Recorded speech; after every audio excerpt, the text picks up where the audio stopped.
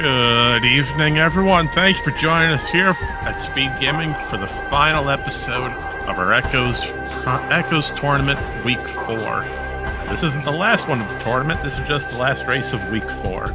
My name is Marion Law, and I'll be your host for today, guiding you through the wonderful mysteries of what these runners have in store. Now, we got a good race to finish everything out. We've got the wonderful Lokir versus Belattor.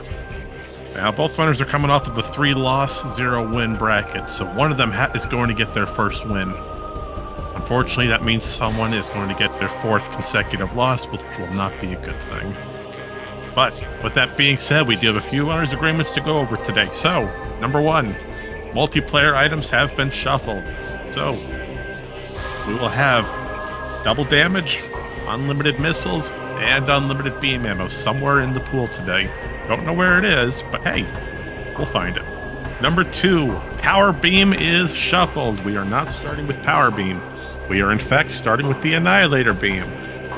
And as a nice little quality of life, Annihilator Beam costs 0 ammo.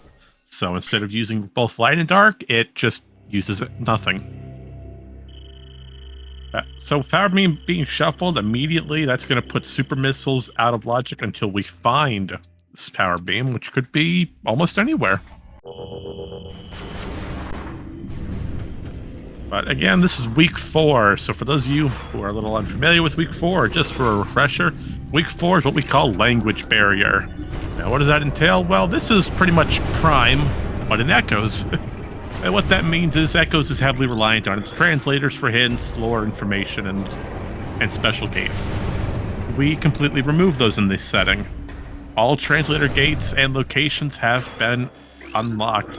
That includes the Hive Chamber gates we're going to right now, and it also includes any elevators and the Torvus Temple elevator as well. All translators are unrequired, but the only hints we do get, though, are for key bearers, such as the Cursed Lake, which has a beam related.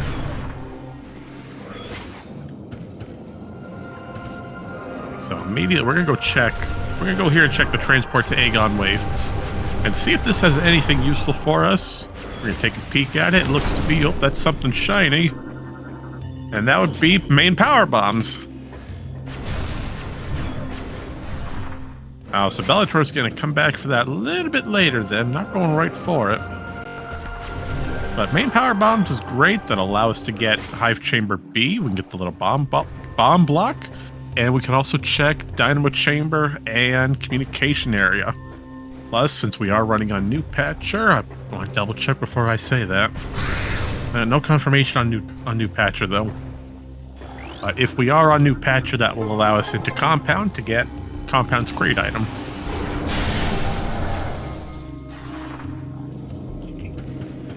So we're going to start off. We're already here in Temple Assembly Site. Gates open. We're going to go right for Great Temple.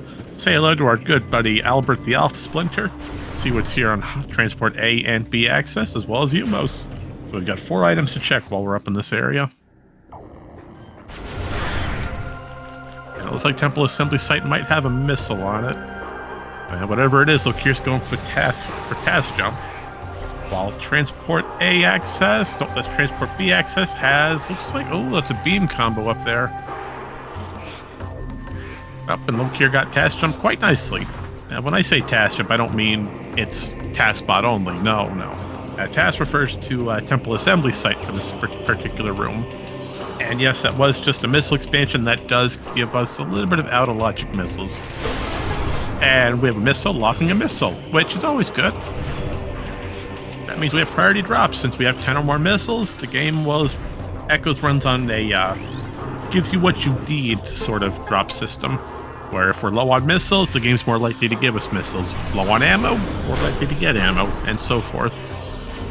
So we already have missiles. That'd be great when we get to Aegon Wastes later. We can keep moving through into labs if we really want to. Space jump would be great for that. We don't have that yet, so. But we do have missiles off of Albert, though. That's going to be useful. Bellator's going to get a good 15 upon going to task in Storage Cavern B. But first, we got to see what Umos has. Well, Lokir's taking a route divergence and going for GFMC compound and communications area, following the power bomb logic.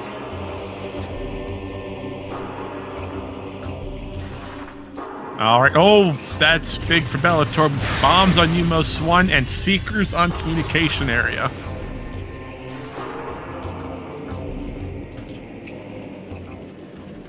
Well, those bombs are going to get Belattor that beam ammo expansion we saw earlier in Transport B access. Now, Lokir. Oh, we are an old patcher, so we can go through compound regardless of having power bombs or not. We can just go up, scan the gate, and it'll race for us. Alright, so now we're going to do another slope jump to get on top of the crate, or on top of this little platform to see what's in the crate. We use that to... Oh, we got something shiny down in Transport A access. And crate's item is light ammo. Oh, and boost ball off the Transport A access. Look at that. Great Temple has a lot of nice equipment early on. Boost balls, bombs especially. Both are going to be huge when we get to Aegon. That's going to be some big progression for Belattor.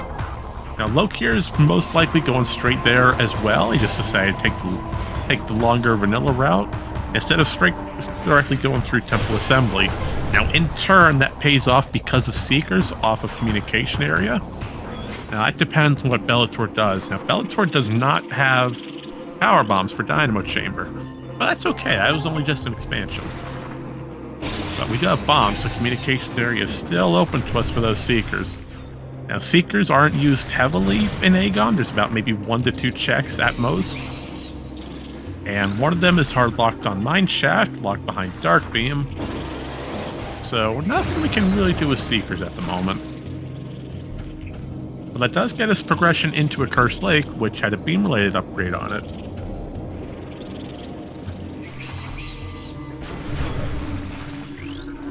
So yeah, both runners just retracing each other's steps. Bellator's going to get the Accursed Lake information, which has a beam-related upgrade, going for the main power bombs here on Transport to Aegon, while Lokir makes the first steps into Great Temple, and we'll find bombs on Umos and the expansion off of Albert, followed by the boost ball right here on Transport A.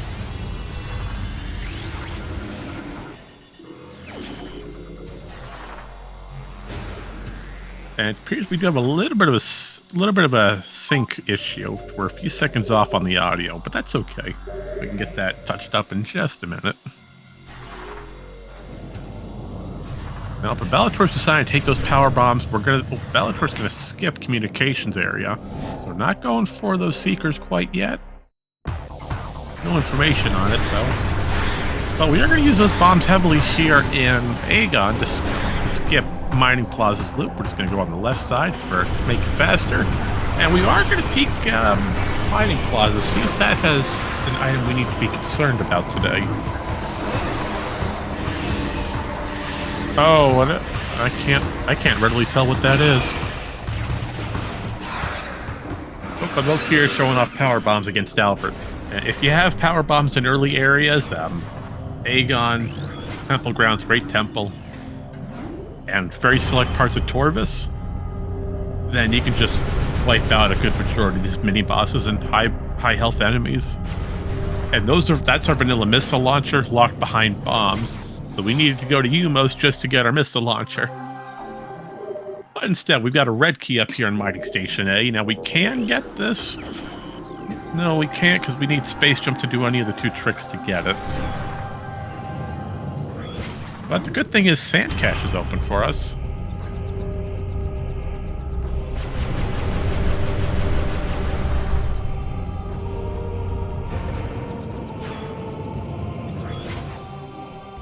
Alright, so Sand Cache, does that have anything good for us today? Nope, just a missile expansion. But that's really good here early game, as we need as much as we can get. Now remember, as we said earlier, we had a runner's agreement that Annihilator Beam takes 0 ammo. You can see as both runners are shooting their Annihilator Beam, the light and dark ammo counts are not going down. So that is one of the runner's agreements, so we are going to see a lot of Annihilator Beam early. And just a lot of Annihilator Beam in general. And that's going to be our primary damage method for most of this race. So Lokir's done in the Great Temple loop. We're going right for Aegon Waste, falling behind Belattor. Now what we're seeing here, we're seeing Bomb Guard Trying to see a quick kill on Bomb Guardian, and we get it first try. Nice job. Now with Bomb Guardian, if you have power bombs or super missiles, both of them take Bomb Guardian down first try, and that's our first D-Tank.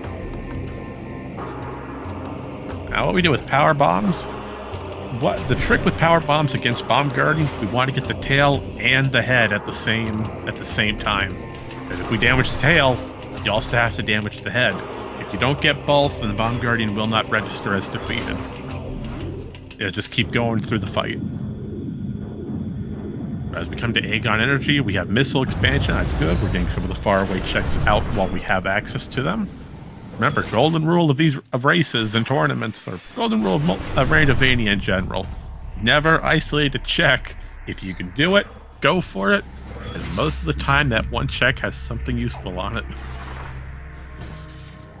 But now, thanks to bombs, but unfortunately, due to the lack of space jump, we can't dip into laps right now, as we do need space jump for it.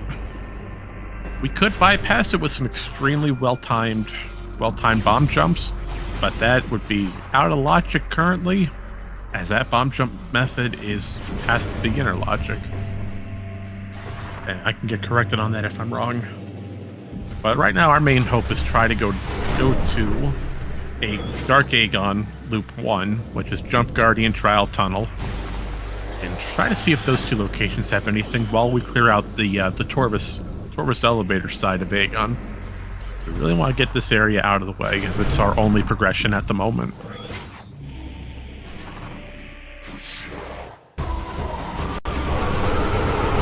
And once again, power bombs against enemies equals instant vaporization. Now you're gonna, let's see, is Belattor gonna attempt to get the skip?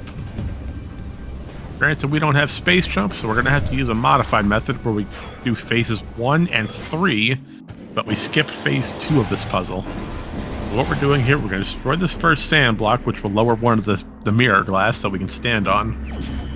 Then we're gonna jump right down to where stage 3 is. As we're seeing, the little morph ball tunnel has a tiny bit of extended collision where you're able to skitter across. We can morph on it, destroy the last block, and for that puzzle, as long as the last block is destroyed, then the puzzle is registered as complete. That's all we need to do, is the last one. As the game thinks, hey, if you've done block 3, you must have done 1 and 2. Alright, so as we step into Dark Aegon, we're gonna see if we can find space jump, preferably. That'd be amazing. If not, then we're really looking for, let's see, what other progression can we use? If we find, no, because we would need Light Beam and Dark Visor to make a Cursed Lake work. But here we see Lokir using the bomb jump method, as I mentioned briefly earlier. There's Light Beam, by the way, Crossroad. So Crossroad has Light Beam. That we can get right now. That is only locked behind Boost Ball and Annihilator. Or Dark Beam. Dark Beam for the portal. But we have Annihilator, so we're good on portals.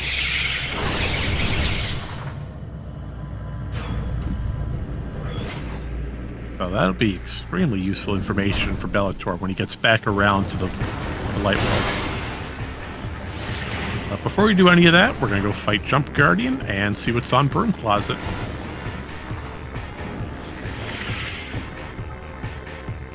Alright, so on the left, we see Lokir going for Jump Guardian, Bomb Guardian. Lay the power bomb. Oh, and unfortunately, all we got was the tail. As we see, the tail was destroyed and hit, but unfortunately, because the head was not, we still have to do the Jump Guardian fight, and sadly, that was the last power bomb.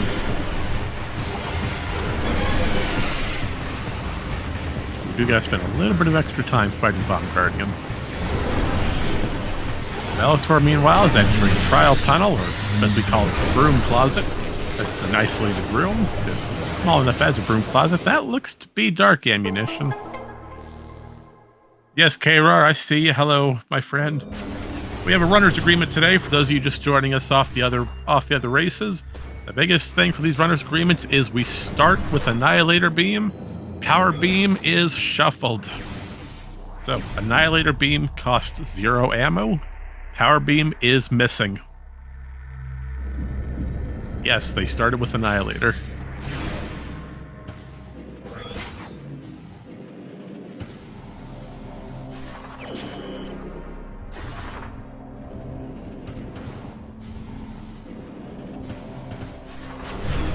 So right now we see Belattor going for Jump Guardian Skip. Now we see that we're just we're shooting the air in front of this little statue. With this being said, that air is Jump Guardian's hitbox. Now, upon entering Judgment Pit for the first time, Jump Guardian's hitbox is immediately spawned where the cutscene trigger shows. Now, where the cutscene starts, that's where you see Jump Guardian start and jump on down to the battlefield. If we can get up to that second platform, we can just destroy the hitbox down to 1 hit point, start the fight, fight's over with just with a lemon. Or in this case, a big old combination of light and dark ammo. With a red key on junction site. You don't like to see that. We need to come back with Spider Ball full. And we have no idea where that could be.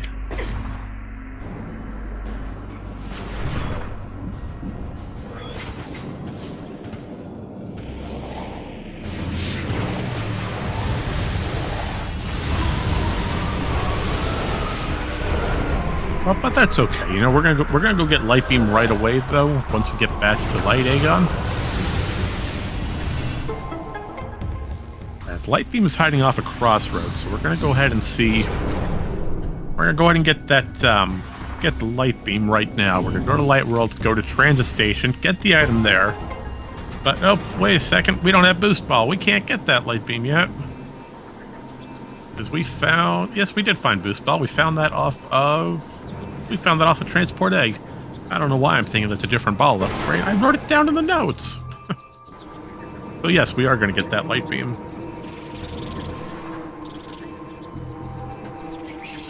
Now, as far as having Annihilator Beam early in this race preset itself, the biggest logic chain we're going to see different to other races is that we have immediate access to bolt to all portals, light and dark portals, since Annihilator triggers both.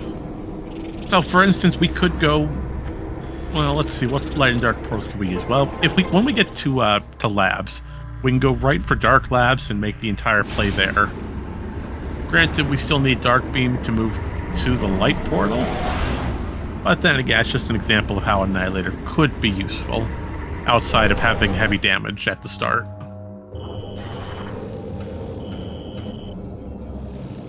Alright, so Belattor, oh, we're deciding not to get the Light Beam right now. We're going to leave that for later.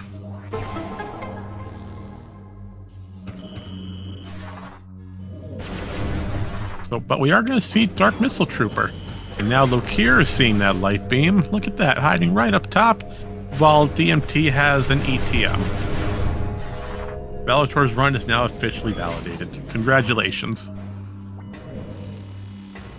As far as ETMs go, an energy transfer module is only used for story progression. It has no practical use at the current moment. There have been some slight talks about maybe making an ETM do something, but that's still planning stages. We have nothing on that.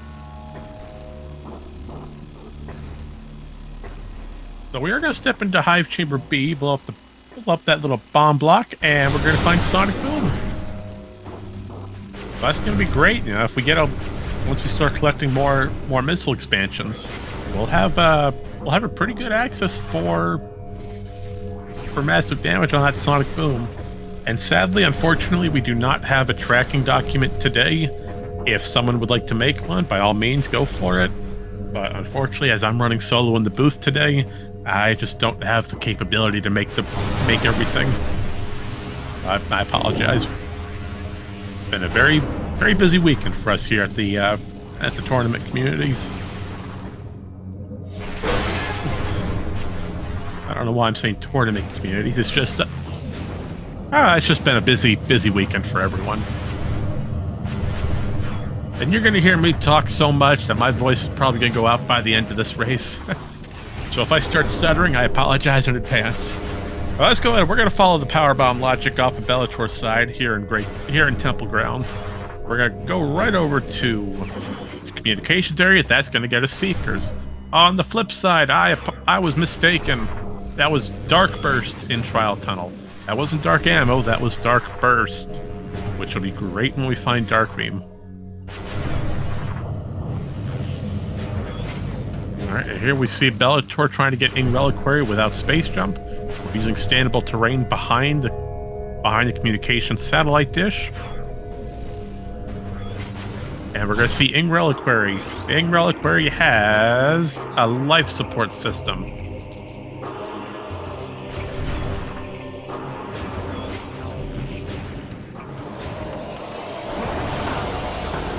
Yes, it is just an E-Tank. It cannot be a suit on Ing Reliquary. That can't be there. It is a dead check.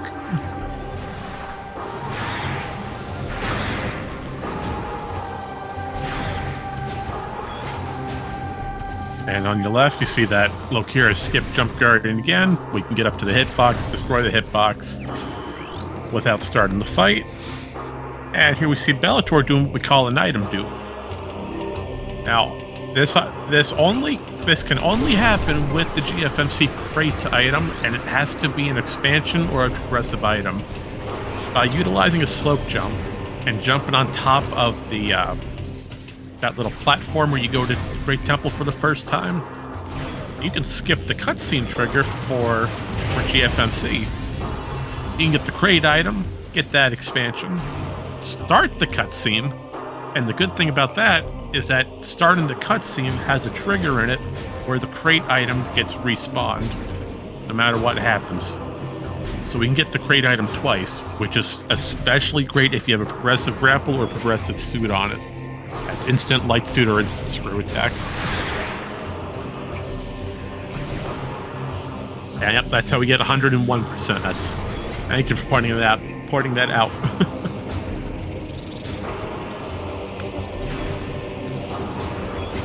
Alright, but right now, we're all done here in Temple Grounds on Belattor's side. There's nothing further we can do with our current equipment.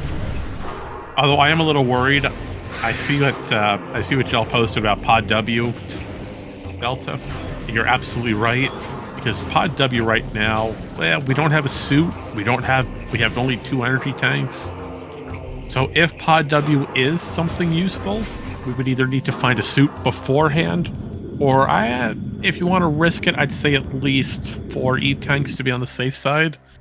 And that's depending on how good your screw attacking is. Alright, but on the left with Lokir, we're gonna see him go right for that light beam. You know, it's always good to get these checks out of the way. Yes, it is gonna take a little bit of time, but having light beam is going to do us some great things. As right now, we could get over to ventilation area A, and if we wanted to, we could take a peek over at Spider's Treasure. Now, what Spider's Treasure is a combination of 3 different item checks: Hall of Combat Mastery, Hazing Cliff, and Culling Chamber, all on the same Spider side. We use the power bombs again to Sanctuary, blow open the glass. We can check. We can get Hazing Cliff, which is nice. We can check the other 2 items. Well, no, we could get... No, because I believe that trick is banned. I need to do a double check real quick. But I believe screw attacking into Hall of Combat Mastery is a banned trick due to the out of bounds possibility. But I need to double check. Give me 1 second.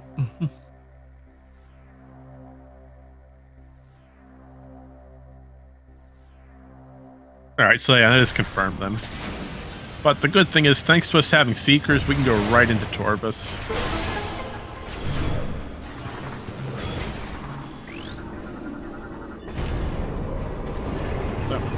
So, I'm sorry folks, we are not going to see any Seekerless Seeker plays today.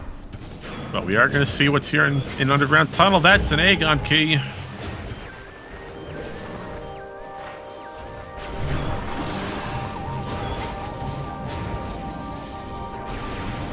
And I think I know which one you're thinking of, Kate. Thinking of, chat. But I don't believe they were. I think there was talks about it if that runner won. Well, that being so long ago, I can't recall it properly. Yep. Yeah, that is the race I'm thinking of. I know which one you're thinking. Yeah, there was a discussion that if that runner won by doing that trick, then it would be a disqualification due to the out-of-bounds restriction. But other than that, us going into Torvis, there's not terribly much we can do here. We don't have Darkbeam to cross over to Forgotten Bridge, but we can check Torvis Grove and just Torvis Grove and Underground Tunnel. We can't really peek Med Vista. If we get a really precise jump, then we might be able to catch a glimpse at it. But KR's not KR. KR's not racing. Belattor's attempting to go for a standable here. Oh, that's going to be huge for Lokir checking Torvis Grove with power bombs. We got Space Jump hiding on it. Never mind, we can peek Med Vista.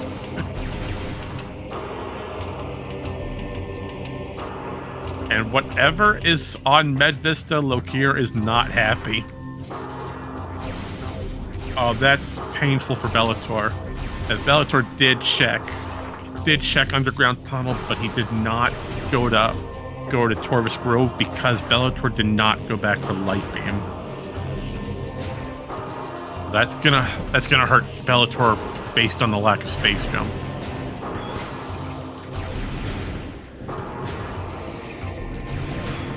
Oh, that was a suit? Oh, that's a bad location for a suit. We need to come back here with Screw Attack. Oh, that's a terrible location.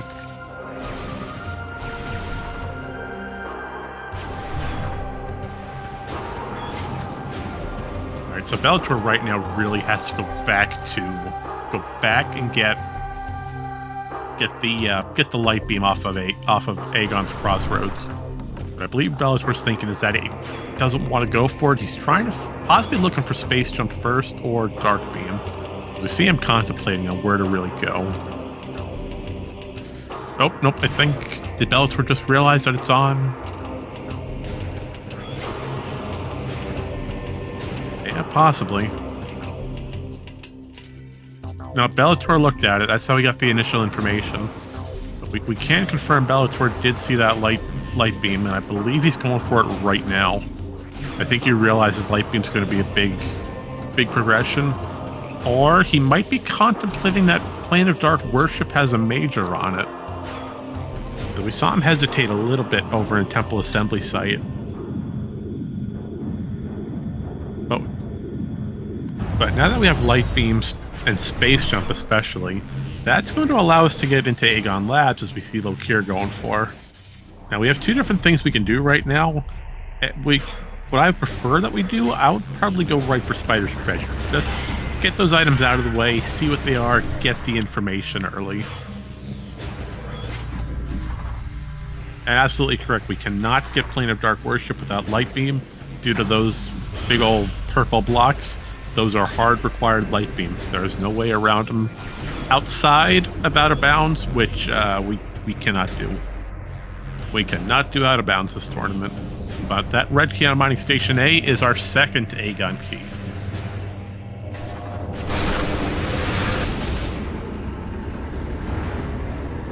Yep, and Lokir's going for the triple bomb space jump method. So if you look on the left side of your screen, folks, you see Lokir attempting to get a triple bomb jump here. And once we get that, we get the instant unmorph, and we're trying to jump on top of the beast standable collision. We're gonna give up on that trick for now. Don't worry, we'll come back to it. We might need that. We might need that Aegon key after all.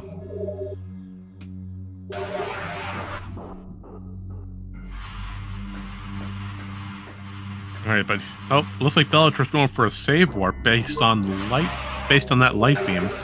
Oh, that's gonna hurt Bellator as space jump is over in Torvis Grove. Oh, that's gonna hurt a little bit. Oh, but I see what Bellator's doing. He's going right for Hall of Honor Dead, thanks to us having Seeker Missiles.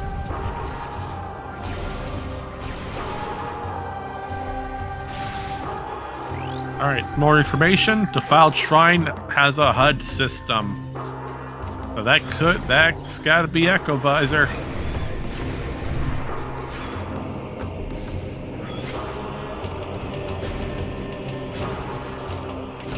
So we have confirmation, folks.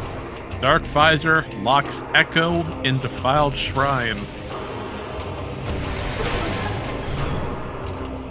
We need to find Dark Visor first, and that's going to pay off for Belattor. That's actually to be Spider Ball or Cannonball here in Hall of Honor Dead.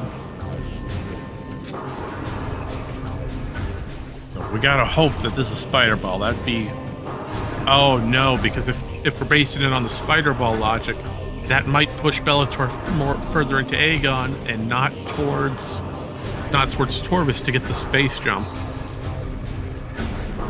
We gotta see which one this is. Is this Cannonball or Spider? That's Spider Ball, right? Because Cannonball is larger, just like Boost Ball. Yep, I remember. Cannonball's got a larger item. Spider Ball is the small one. Oh, so I'm a little bit worried about Bellator's routing here. If we go on based on the Spider Ball logic, that's really pushing us away from Torvis.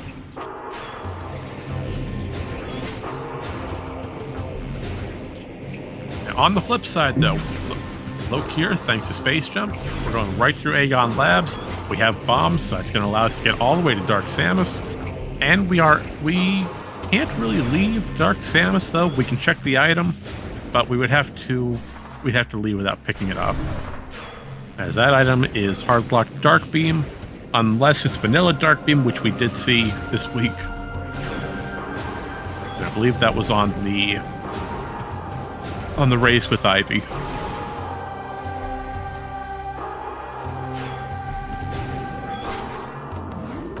Now, for these settings, is Dark Visor needed for final bosses? I don't believe Dark Visor is really required. We don't need it for any of the Emperor fights, technically.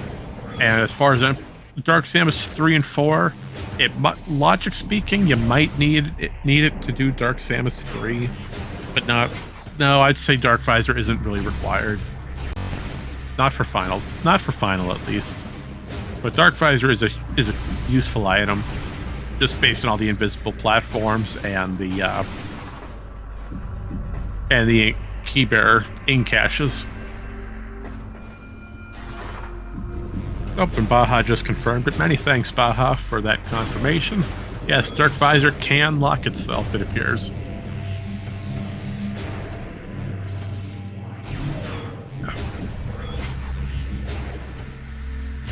With that being said, Bellator's right back at Mining Station A. We've come back to Aegon Waste. We have that red key, which is our first Dark Aegon key.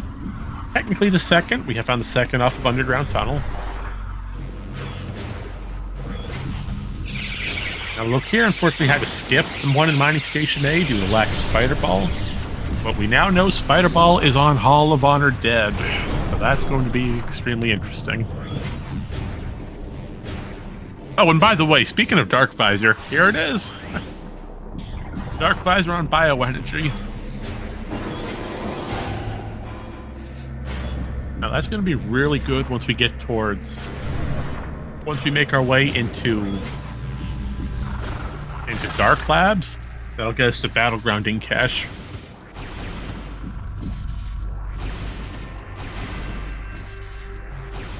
Oh, well, that's big information for Bellator. We found Power Beam. A Power Beam is off the ventilation area. It looks like Bellator's going right for Spider's Treasure. We're going to check those three item locations. Meanwhile, Lokir is taking a different route. It's going right for Aegon Labs first. We're going to see if this pays off for Bellator.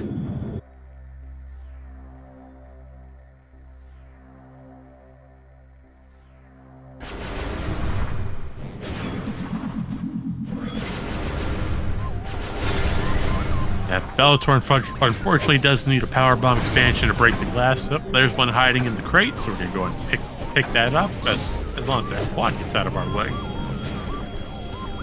And yes, we do have a slight sync issue with the audio. It is a few seconds behind. I sincerely apologize about that.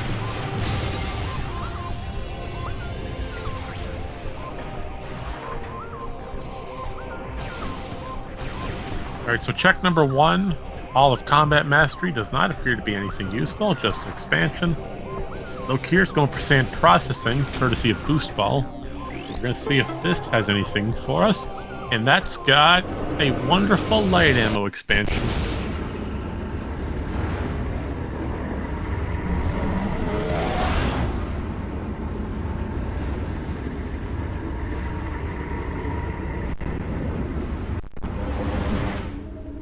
Alright, and the, what was that? Nope, couldn't tell it was there in cooling chamber. Almost looked like Dark Beam, but I couldn't get a confirmation on it. But we are going to check Hazen Cliff, which has a missile expansion, and Lokir is going to show that power bombs against Dark Samus 1. Oh, just barely missed it. Dark Samus was right out of the power bomb range. Oh, so close. Alright, so we'll go with the backup strat. We'll just spam fire Annihilator.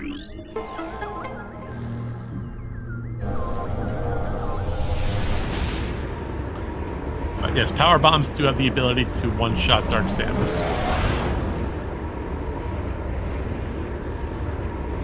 Yeah, I guess, I agree with you, chat. It's not Dark Beam if Bellator's leaving it.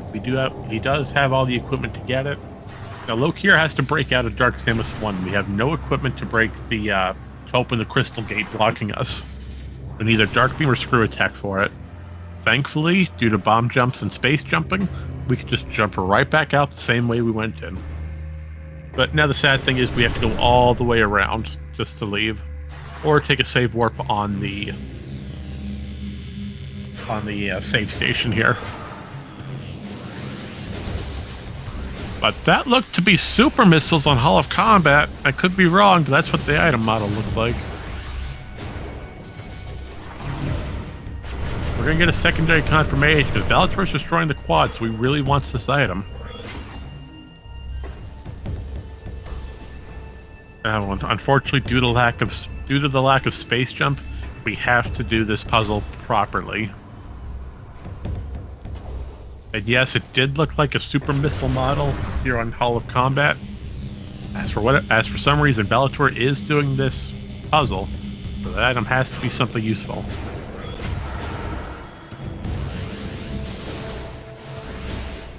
Alright, so Lokir is deciding to keep going back through Aegon. Are we going for the save warp? Either we are, or we're just taking a safety save. Bellator is having a hard time with this sync puzzle. Nope, that is a confirmed warp. Alright, well, the good thing about that, we can check Pod W. We have the ability to check it, but not get the item. Right, yeah, I wonder if Lokir's going right for Hall of Honor Dead, thanks to Seekers.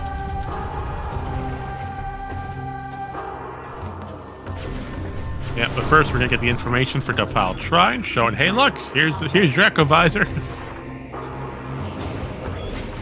Well, Bellator's got to be careful with this section. All right, so we're doing all right. And yes, that is confirmed supers.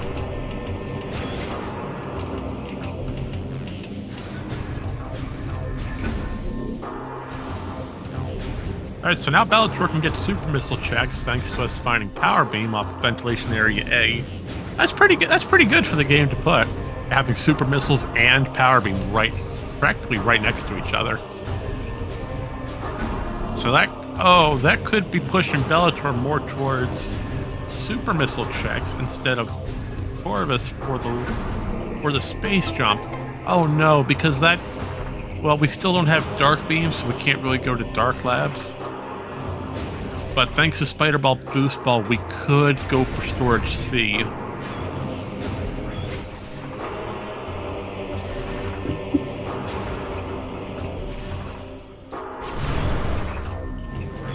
No matter which direction is Bellator led towards.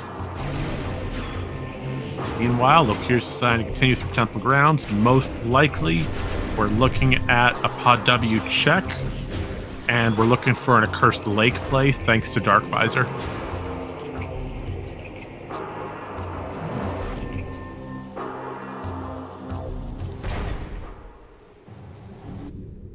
Yeah, as far as Week 5 information goes, Week 5 will be starting tomorrow, starting Monday.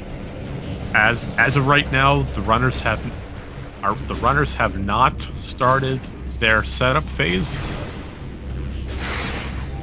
The scheduling has not started for week 5 yet. That will be happening at the end of this race. So once this race ends, week 4 will be officially over, and week 5 will go into its scheduling phase.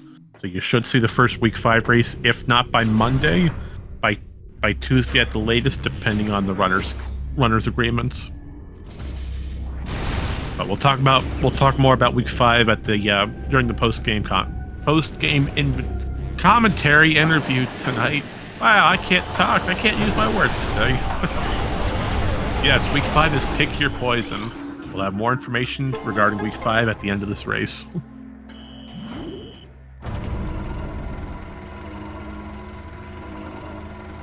So let's go ahead and get back to your regularly scheduled program here at week 4. Currently, both runners are going through Temple Grounds. Belattor coming off of an Aegon play. Oh, you're okay. No need to apologize. Absolutely no reason to apologize. I'm here with a boatload of information to share. But looks like both runners are going straight for the Accursed Lake play. I understand why both are doing it. You have Light Beam to open the block. You have Annihilator for the portal. Now, Accursed Lake is a beam related, so that very well could well, we have Annihilator. Annihilator could be logically locking this portal, which puts the Dark Beam on Accursed Lake. As far as generating it, Cestrion has generated the race today. Today's race is by Cestrion. Very prominent and very prominent member of the tournament organizer community. Or not community, but crew, that's the right word. He's a good guy in general. Always comes out with some interesting race seeds.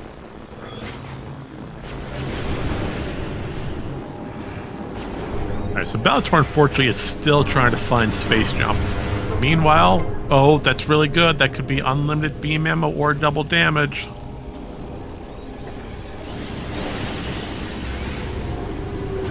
That's double damage. That's pretty sweet.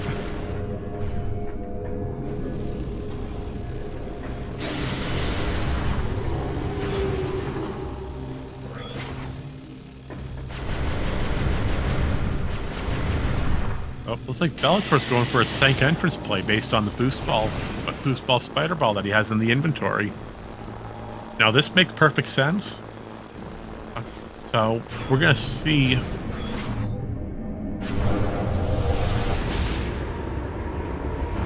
We're gonna see if Sank entrance has anything useful for us today.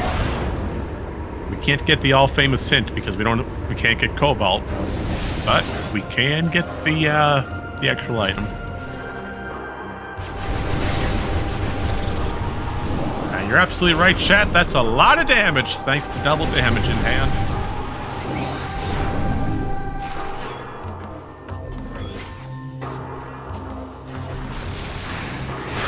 But now we're just going to go ahead and play Pirate Bowling again. We're going to use power bombs, wipe out the pirates, and just spam our Annihilator like no tomorrow.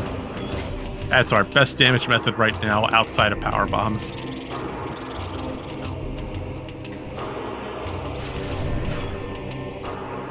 And Lokir's getting the information on Ing Reliquary, noticing that it's a life support system that is not required. We do not need to do Ing Reliquary. It looks like I would suspect Lokir, based on the items we have, we could be seeing.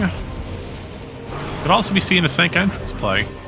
Not too much else we could do. Now we could make a little dive into Torvus Bog again, but that's only really for Torvus Lagoon, which is locked by Dark Beam. And then we could take a look at if we go through the Torvus elevator back in Aegon, the first one we used. We really need super missiles to make that elevator work for us. And or Dark Beam. Without any of that equipment, there's not too much we can do there. It looks like both runners are going right for the Sanctuary play. And this makes sense. We have Dark Visor and Seekers on Lokir's side. Unfortunately, no Dark Visor for Belattor. That was found off of bioenergy production in Aegon Labs. So Belattor, unfortunately, this is the only thing he'll be able to get. But on the other hand, Lokir does have logical access to start the Sanctuary play.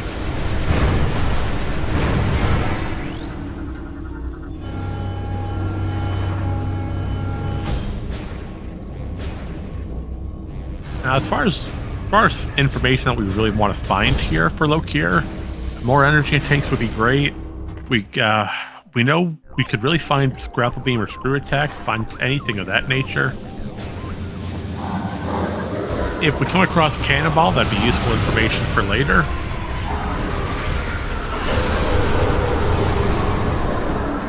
And if Lokir really wants to risk it, could go for lower Torvus, but that would not be good at all. And hey, by the way, speaking of screw attack, that's pretty big information for both runners, having screw attack off the Sank entrance. Now, the sad thing is, unfortunately, Belattor does not have space jump to utilize screw attack properly, but will be able to use what we call a screw attack at Z-axis.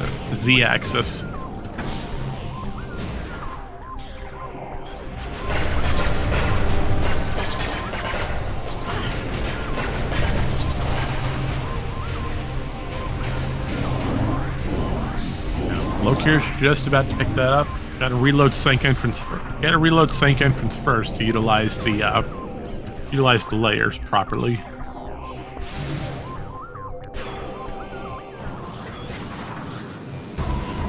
Unfortunately for Belattor, that screw attack's just going to be some nasty bait right now, because we don't want to follow anything on that logic chain.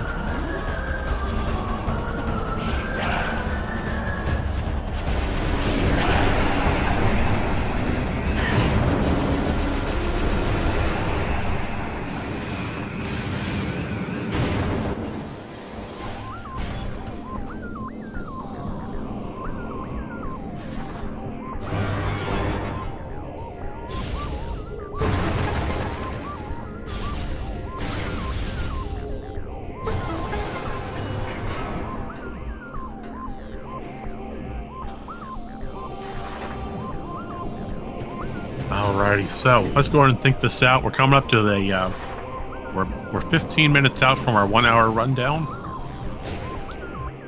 At this current moment, Belattor is running a little bit behind. We still don't have space jump.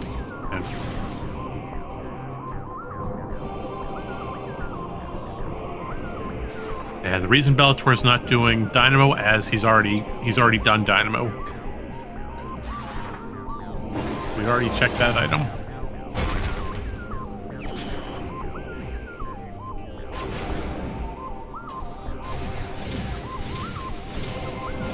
We're running on the old Patrick today, TGC.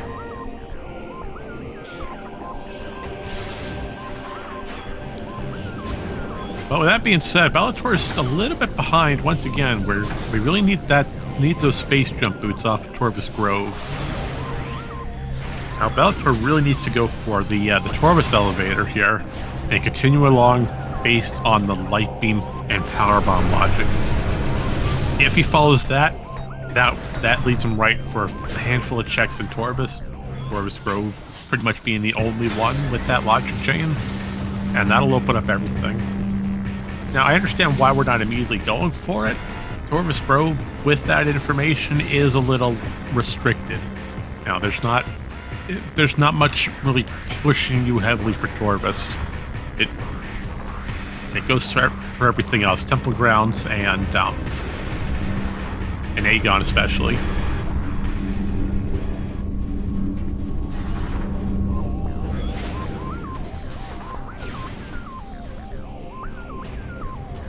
Right now, based on the missiles and the light beam, we might see Bellator go for Sand Canyon, and then use Sand Canyon to lead into a backwards labs where they'll come across DS1 and be able to. Actually, I'm not entirely sure if Super Jump if jumpless screw attack will activate the crystal over in DS1. I don't have that knowledge readily offhand. If anyone could help me out, that'd be great. But since Bellator's going this way, it's possible, or he's hoping Dark Beam's on hiding here. On the flip side, Lokir's decided to step into Sanctuary. We're continuing from Sank Entrance, as based on our Dark Visor and Seeker missiles, we're able to dive further. Okay, well that confirms it. You don't need space jump to activate that crystal.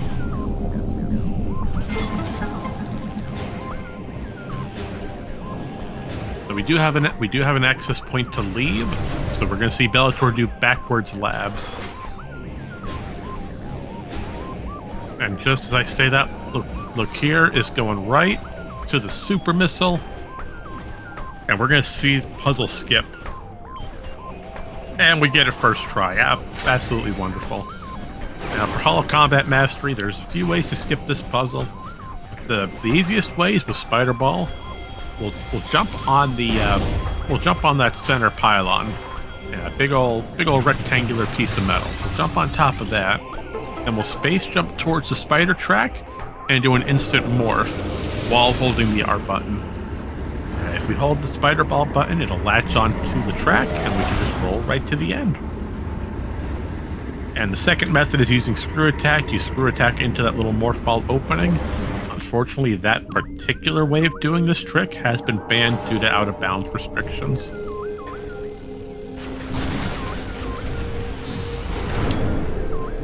But instead, we're going to go right over to Hazen Cliff while Bellator continues through labs backwards. We're going to come right across that missile expansion and turn right around as we don't want it. But that's going to be good for Lokir having super missiles. We'll get Storage C, and we can get Warrior's Walk.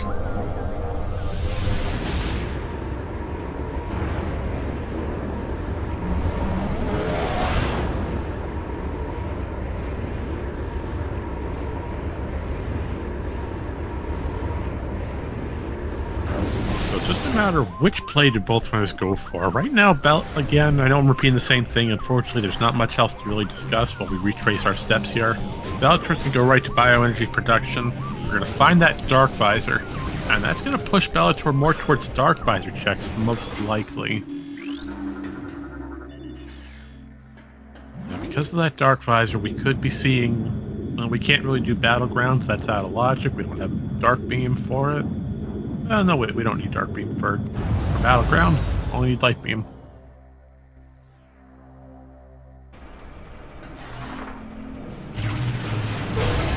Oh, but now we're going to see a Storage C play. I mentioned this a few minutes earlier. Thanks to us having Boost Ball Spider Ball, we can do the vanilla method of Storage C and go right through the spider track. Meanwhile, Lokir's going to see that coin chest icon and cast Power Beam. Now Lokir can actually fire super missiles. Oh, and Bellator just missed it, just a few feet shy with the boost ball.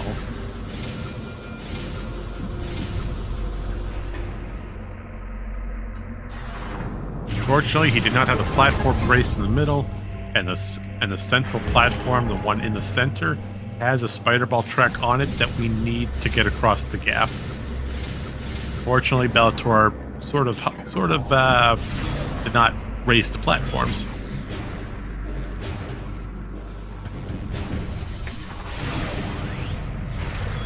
And yes, we have an Inghive key on Sand Canyon. Alright, so now Bellator's over at Storage C. We just need to boost across. Gets it first try. Does this location have anything of use for us? The answer is maybe. Not right now, no. That's just an Inghive key. We have two Inghive keys here in Aegon.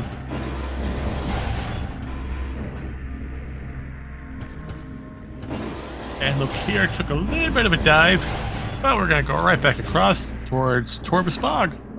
Thanks to us having supers, we're able to progress through Torbus without any hassle, and that's going to give us a handful of more checks to do.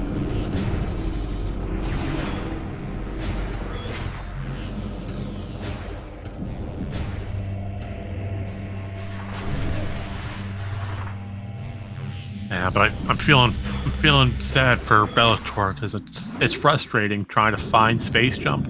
That's one of the biggest things that opens up his game right now. Outside of Dark Beam, space jump is a huge catalyst in setting off the logic chain.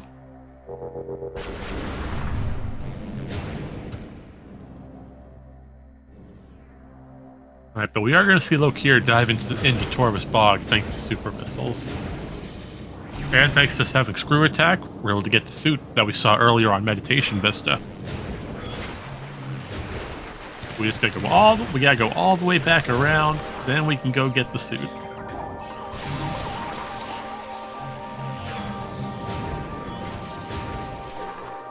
Oh, and it looks like Bellator's deciding to go towards Dark Aegon and hope that something's here.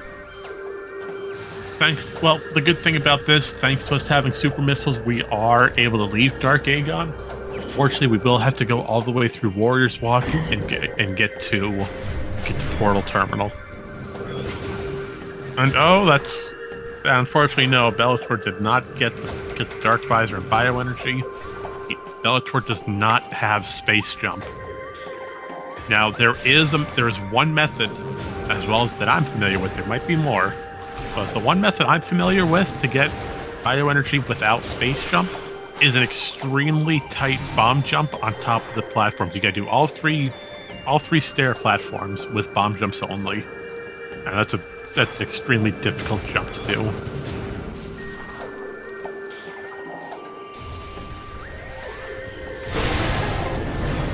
Alright, but it looks like we only have dark ammo here on Battleground. But dark ammo is good to have, you know. It'd be nice once we find our actual dark beam.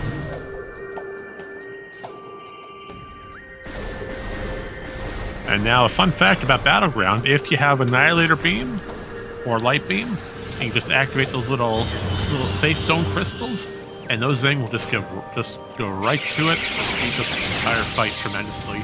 Oh, and that's where Dark Beam is. That's a bad location. Dark Beam is locked on Path of Roots. So you can't get Dark Beam by going through Torvus Lagoon. You have to go the back entrance with super missiles. Oh, that's bad. Super missiles locked Dark Beam.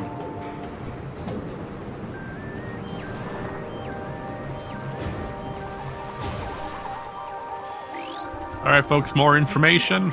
Life support system in Poison Bog. That is a dead check. It cannot be light suit.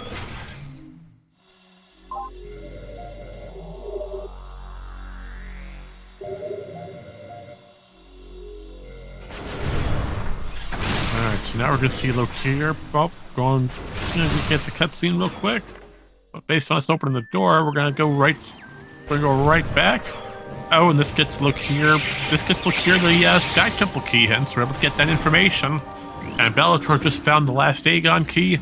That is logical and Morbus. And oh no, Bellator is probably gonna go for a Morbus, hoping space jump or dark beams on it. Yeah, you see him shaking his head. No, it's like no, that's bad. That's bad. But it could have something useful on it. It could have an STK.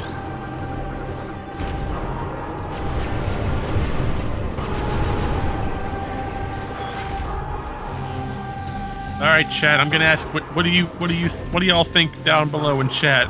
Is a Morbus bait, or does a Morbus have a major upgrade on it? Let me know what you're thinking. Personally, I think it might. Personally, I'm hoping for an STK. Get Bellator an early key. Oh, I see Power Bomb expansion. I see an E-Tank. Interesting thing. Theories. That's a fair thing to point out, Op. It's bait if we do the check, and if we leave the check behind, it's going to be progression. Looks like at the moment Bellator is going to skip a Morbus, so we're not doing that. But yes, Bellator is going for Torvus. This is great. We're gonna find space jump very soon. Hopefully. Problem is, we have power bomb and space and super missiles. So Belattor, there's a slight possibility Belattor goes right for the super checks and goes deeper into Torvus without doing Grove. Let's hope that's not the case. But Lokir is over in Defiled Shrine. That'll get us our Echo Visor.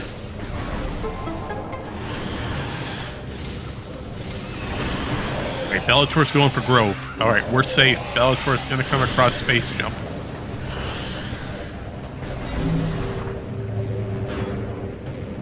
Oh, that was a terrible logic chain that the game had. Because you had to get power bombs off of Transport to Aegon, and you had to get the boost ball off of Transport A in Great Temple. Then you had to go do Crossroad to get the light beam just to come over to this area.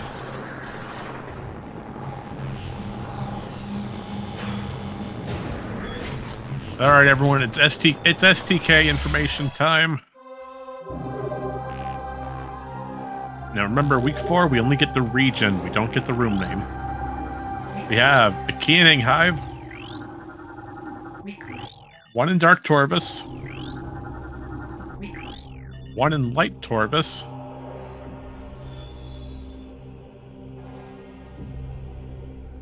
so we have them scattered all over the place. We have a 2nd key in Dark Torvus, and 1 in Dark Aegon. Oh, that could be hinting at a Morbus.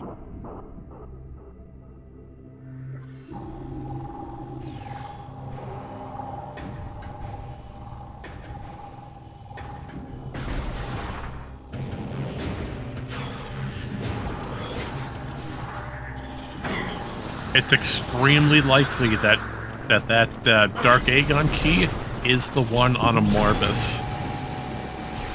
Now, just to think it out, we have a Morbus, we have Dark Oasis, we have Feeding Pit, Incash 4, 2, and 3. So we got a lot of checks left in Dark Aegon. Dark Torvus and Torvus, we have almost the entirety of those areas. And then Inghive, oh yeah, Inghive's just terrible outside of ATS. Because you got Quad, you have Quadraxis, ATS, Hive Entrance, Hive Gyro Chamber, and Culling Chamber, which we already saw.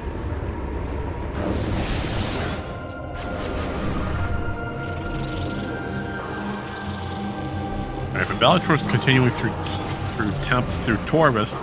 It's not deciding to skip getting key hints at the moment, which is good because he doesn't really want to do that. We want to go get as much information as we can.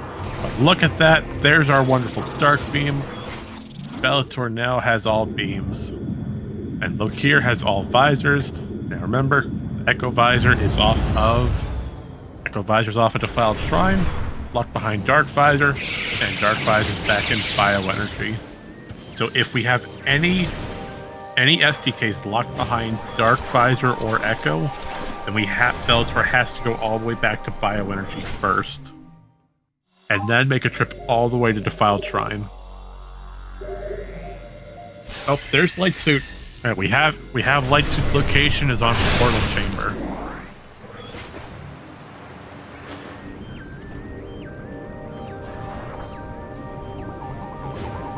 With a life support system in Poison Bog, we know that check is absolutely nothing, as it cannot be Light Suit, as we already know where Light Suit is, but then again, that's a Light Suit check.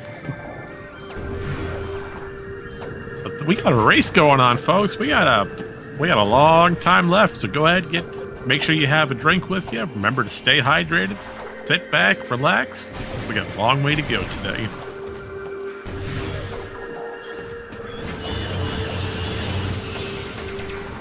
Right now, I'd say for Lokir, best bet, start clearing out Torvus Bog. You have super missiles, go for some lower Torvus plays. You can use lower Torvus to play into Sanctuary from Vault side.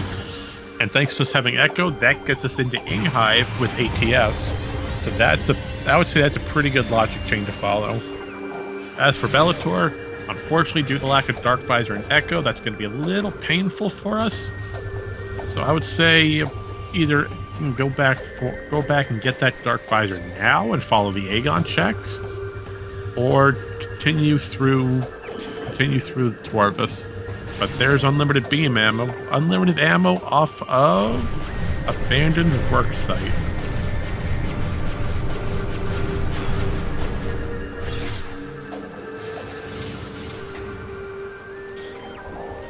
And now we're going to see our play in Torvus Temple, while Belattor goes right for STK information. Now, the STKs aren't in a terrible locations per se. We have one in Inghive that hopefully that's on ATS and it's just along the regular path. The two in Dark Torvus scares me because Dark Torvus doesn't have a lot of checks. But the one I say the really bad one is going to be where in Inghive is that key. Because Inghive just has almost all bad checks. If it's not the two on ATS, then you're really starting to panic.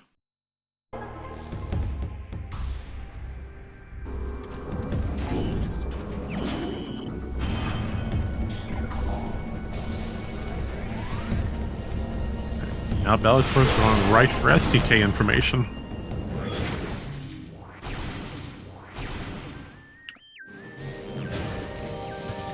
And very lucky with that Seeker. Glad that it hit the first time, as now we're down to four missiles.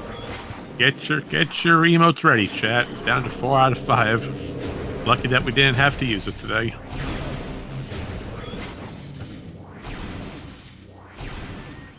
Once again, just as a reminder for those just joining us, our STK information are: we have 1 in Inghive, 2 in Dark Torvus, 1 in Light Torvus, and 1 in Dark Aegon today. And here we see a wonderful invisible elevator up at Torvus Temple. That game doesn't really know what to do with when you remove the translator color. No, it's just an invisible scan icon. Bellator's taking the file quit, so we're gonna go right back to last save station. And I believe, I hope that the last save was in Aegon Labs, and we can play that right into a dark visor,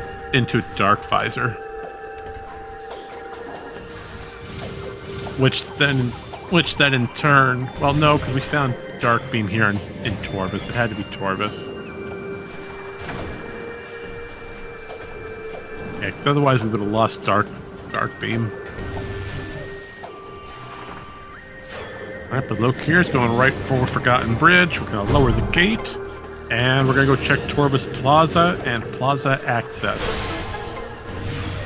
While Bellator continues through Torvus as well, following right behind Lokir, so both runners are neck and neck. The only difference between the two is that Lokir has both visors, Dark and Echo. Bellator, unfortunately, has neither.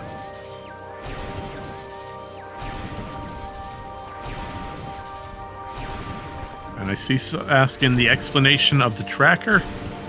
Unfortunately, I don't understand the question. A rewording would be helpful. As far as tracker, we are using an auto tracker for both runners. You can see on the bottom corners of the left and right sides. That tracker tells us what the current items are.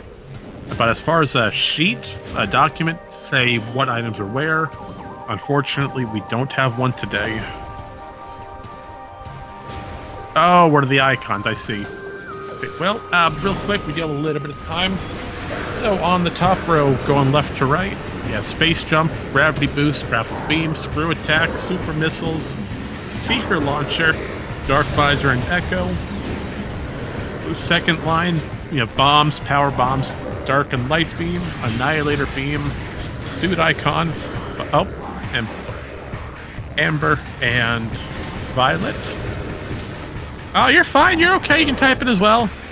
I talk fast. It's hard to understand me. Please post the third line. I'm just following right with you, Belattor.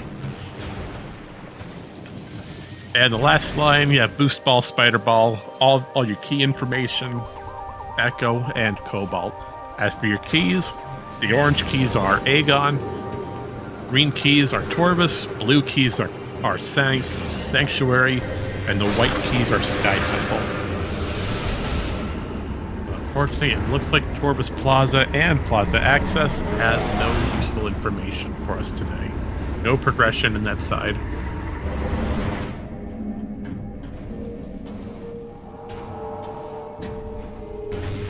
But now we're going to go ahead and fight Boost Guardian.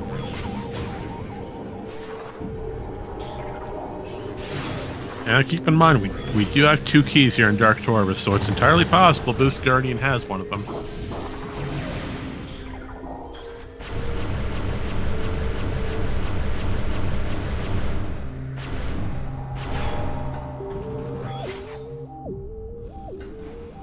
Alright, nope, we got another energy tank though. We'll take as much energy as we can get. More energy, the better. But now we're coming up to Boost Guardian. There are 2 quick kill methods. We're able to do one of them, and that's the power bomb play. So the second Boost Guardian turns into a puddle form. We're gonna lay a power bomb immediately, and that in turn leads to Boost Guardian taking massive damage. Oh, that's our cannonball. Boost Guardian had cannon.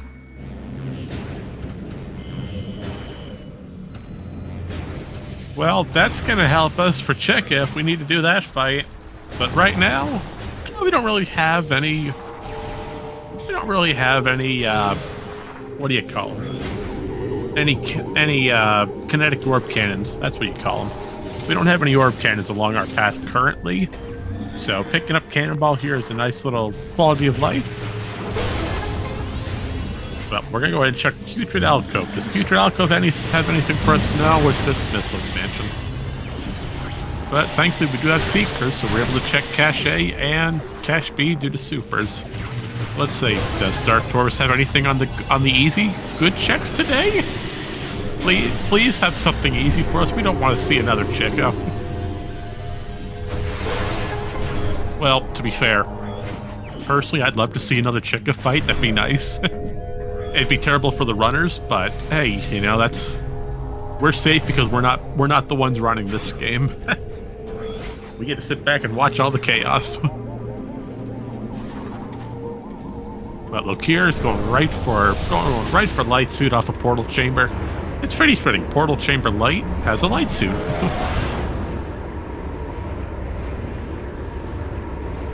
And that is the only reason why we're coming to this portal. And now we're going to immediately go right back to Dark Torvus. We're going to check Venomous Pond and Cache B. So we have 2 more checks here in Dark Torvus we're able to get before going to Lower Torvus. And I see Chad asking what we're running on. It's up to the runners what they like to go on. The most common way we have is through emulation devices. Similar to a Dolphin emulator and Nintendo.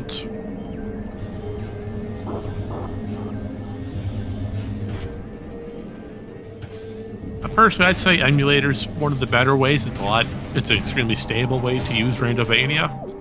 If you're looking to play on a Wii, as Belattor is stating, you can use a program called Nintendo, and that in turn will pull off with Randomizer's application to utilize all this randomness that we're seeing today. I'll say if anyone's interested in learning more about Randomizer or the Metroid Prime communities in general, you can follow the Discord information posted below, and you get a lot of helpful people in there. Be more than welcome to give you as much advice as possible.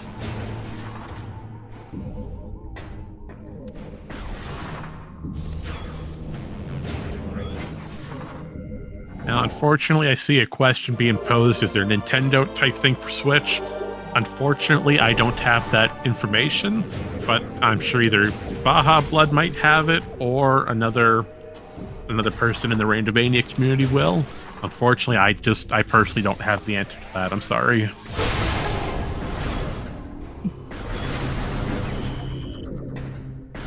But I would direct that towards this fine gentleman. Let's see if Baja knows anything on that.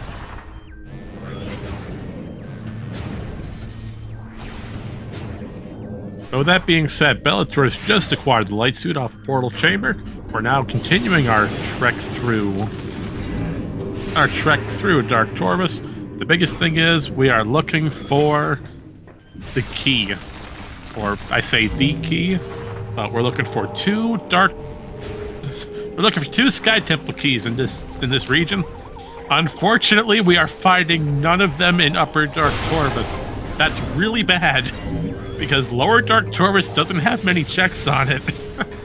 The entirety of Lower Torvus checks equals Under Transit 1, Dungeon, which is light suit locked, Grapple Guardian, which is a boss, Powerbomb Guardian, which is another boss, Checkout, which is the third boss, or Powerbomb Guardian's Screw Attack Wall, followed by Under Temple Access.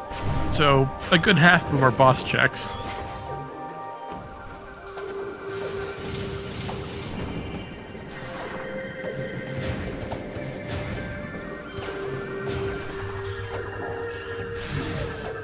But fear not, you know, we're only an hour into this race yet, folks.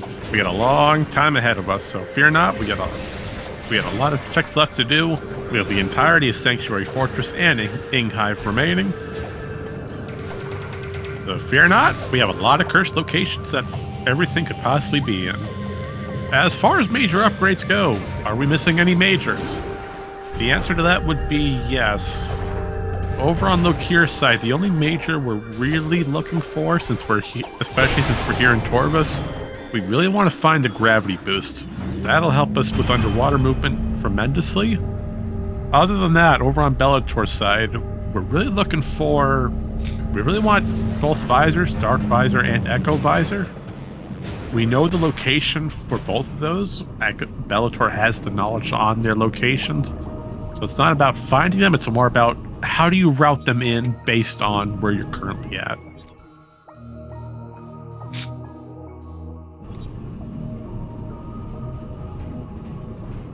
Alright, so now we're going to see Lokir going through Hydro Dynamo Station, that's the name of it. We're going to see an underwater jump real quick. We're going for it. Can he get the distance? Oh no, he got blocked by the moving platform.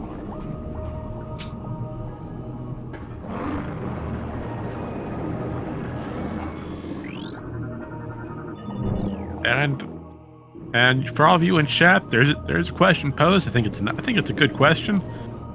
What's your opinion? What is the most cursed location here in Prime 2 Randomizer? I have to agree with the majority. I'm also going to say Dark Oasis. It requires a good amount of stuff to be done, and the trip between Powerbomb Guardian to Dark Oasis is just terrible.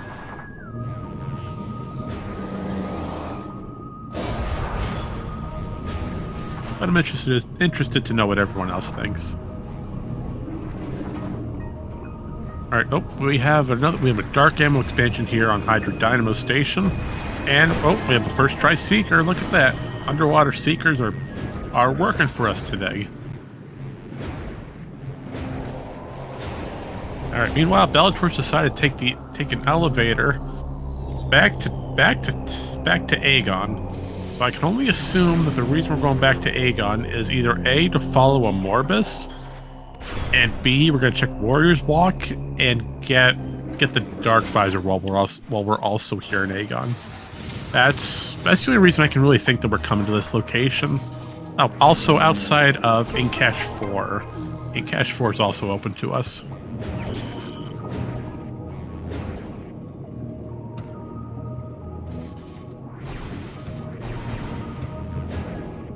We're just going to stand by and see. It does look like we're going for Incash 4. Yep, that's exactly where we're headed. Now, Incash 4, I personally think Incash 4 is a really bad location if you leave it alone. It is out of the way, and not more times than not, it does have some progression on it. But unfortunately, Incash 4 is just a little bit of bait today. But that does limit where the Dark Aegon key could be. Now, keep in mind, we are still missing one Dark Aegon Sky Temple key. Oh, that's not very nice at all, Belattor. We just destroyed the little crystal crawler. Oh, that's not very nice at all. He was just walking along the bridge. Oh, there goes the light bearer.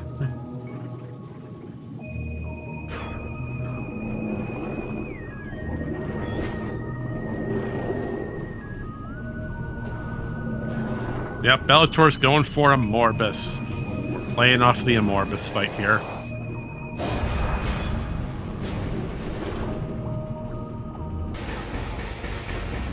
Alright, now we get some wonderful Amorbus boss music.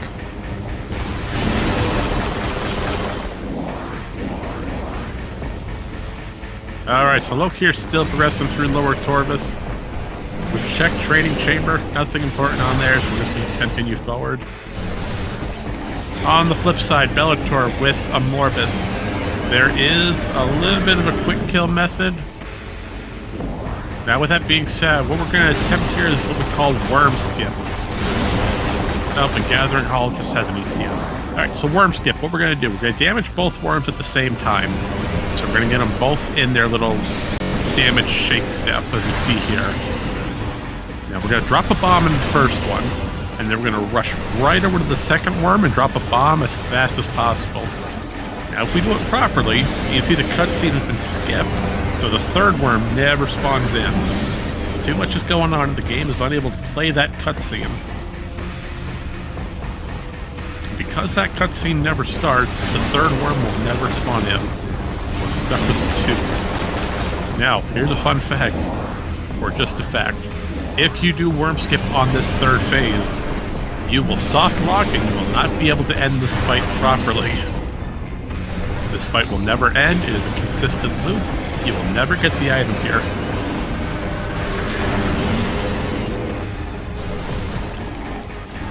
Thankfully, we didn't do that. But we see, oh, it's not the STK, it's just a missile expansion. Well, at least we know. You know, it's good to have that knowledge.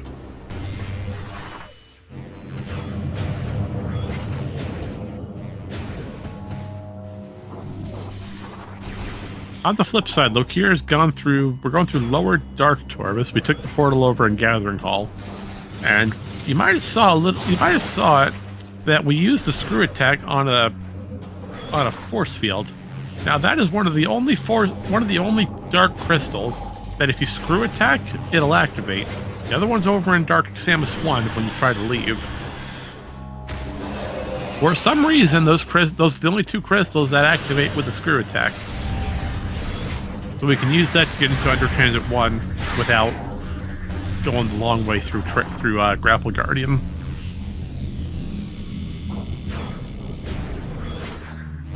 On the other hand, speaking of Grapple Guardian, we have Lokir fighting Grapple Guardian.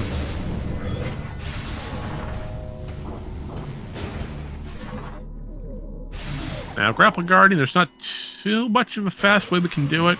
If we had Sunburst, we would be able to instantly destroy Grapple Guardian. Unfortunately, we don't have that. As with Sunburst and double damage, it deals so much damage that we're gone. And there's the Dark Aegon key. All right, that's big information for Belattor. The Dark Aegon Sky Temple key is in Feeding Pit, locked behind Light Suit.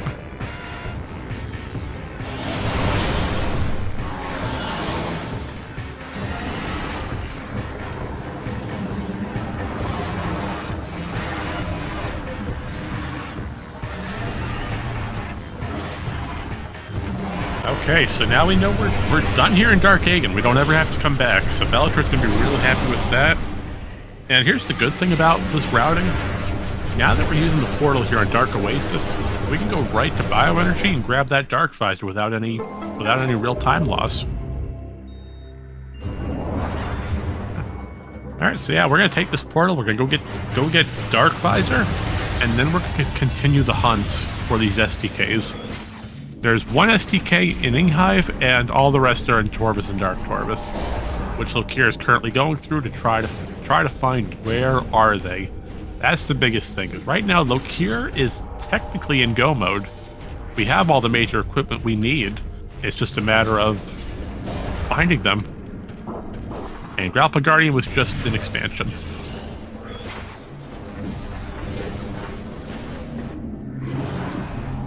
But first, we are going to check Dungeon. We're going to see if Dungeon has anything useful for us.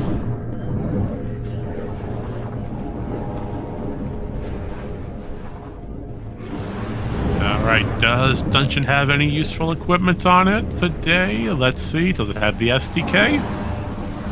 It does not. It has a Chica key on it. Oh, that's pretty bad.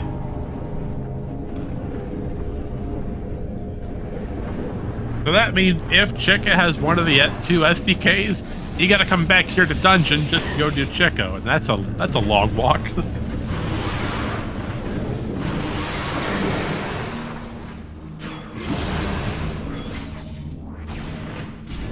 Alright, so Belattor finally has the Dark Visor off of Bioenergy. That's really good.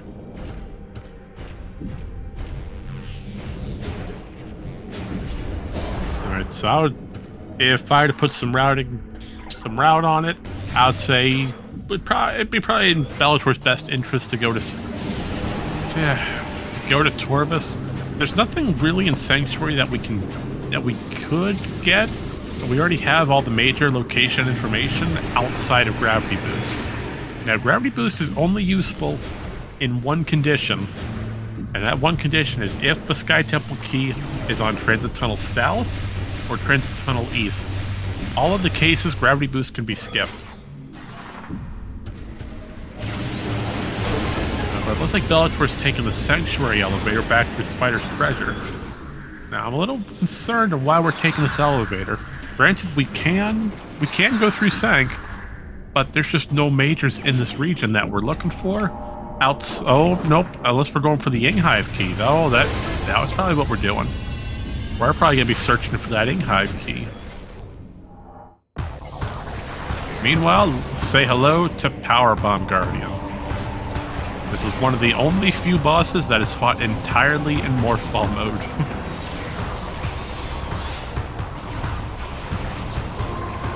And the good thing about this, we have Cannonball. We still have Cannonball from earlier.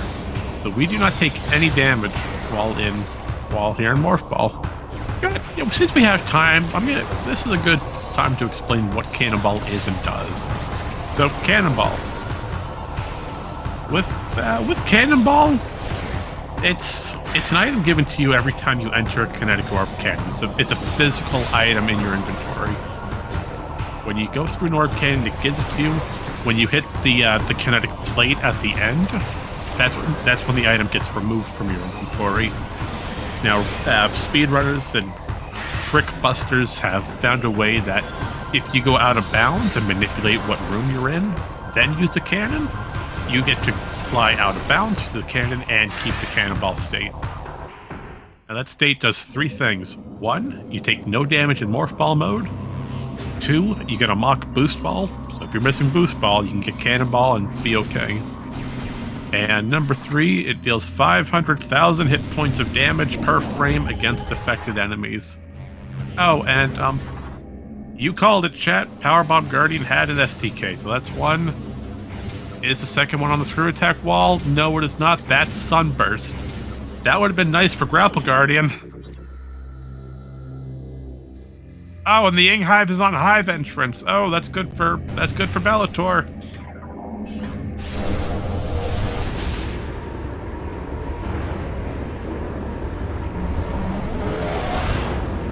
So Bellator's really pulling ahead now.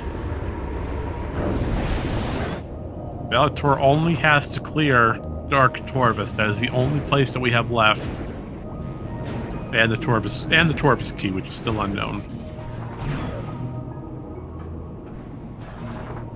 But we know it's not on Alpha Blog. But unfortunately, to leave this, we have to go back through Powerbomb Guardian's chambers and go up through Under Temple. Yes, there is 1 Torvus and 1 Dark Torvus key left. Here's the current information for SDKs. 1, Hive Entrance. 2 is Powerbomb Guardian. 3 is Feeding Pit. 4 and 5 are Dark Torvus and Light Torvus, respectively.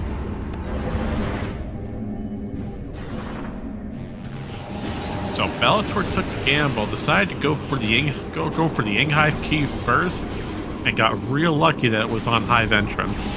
That was pretty good routing, and pretty good routing for him. Lokir is still going through Torvus. He's not yet gone through that section of Sanctuary or Inghive yet. So we're still progressing through. If I had to take a wild guess, I would assume Bellator is most likely going to take the lower Torvus elevator off of Reactor Core.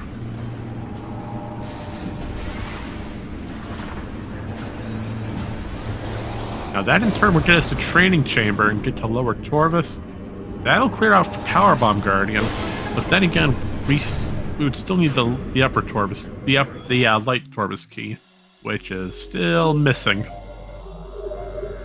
And with that being said, Lokir is done in lower Torvus. They're going for a warp.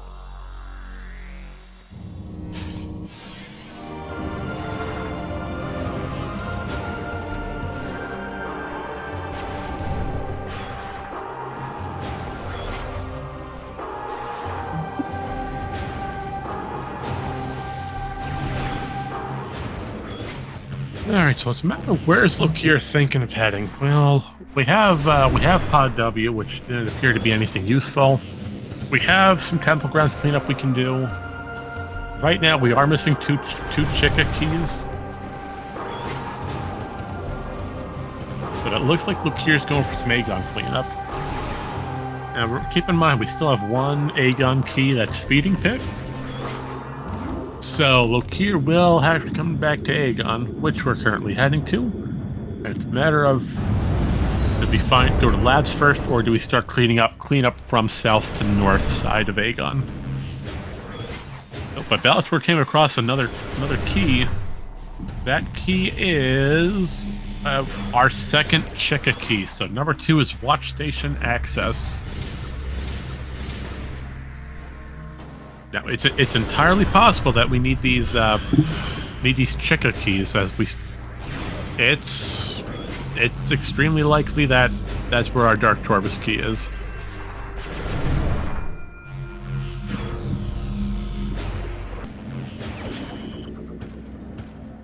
And we've got a missile expansion off of Cat West.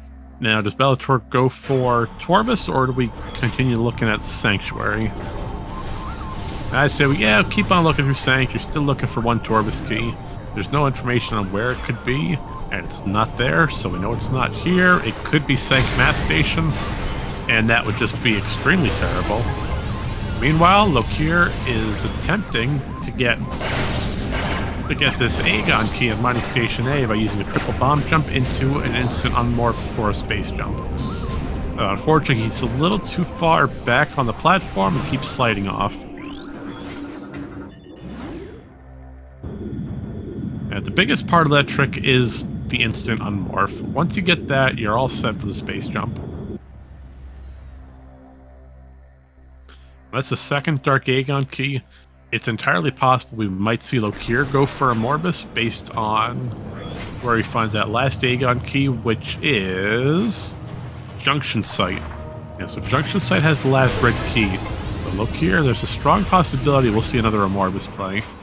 But here on your right side of your screen, folks, we see Bellator attempting and successfully getting what we call statue skip. Now, this is done in Training Chamber. What we did here, we took the elevator from Sanctuary to get to lower Torvus. Now, from that elevator, we have Training Chamber.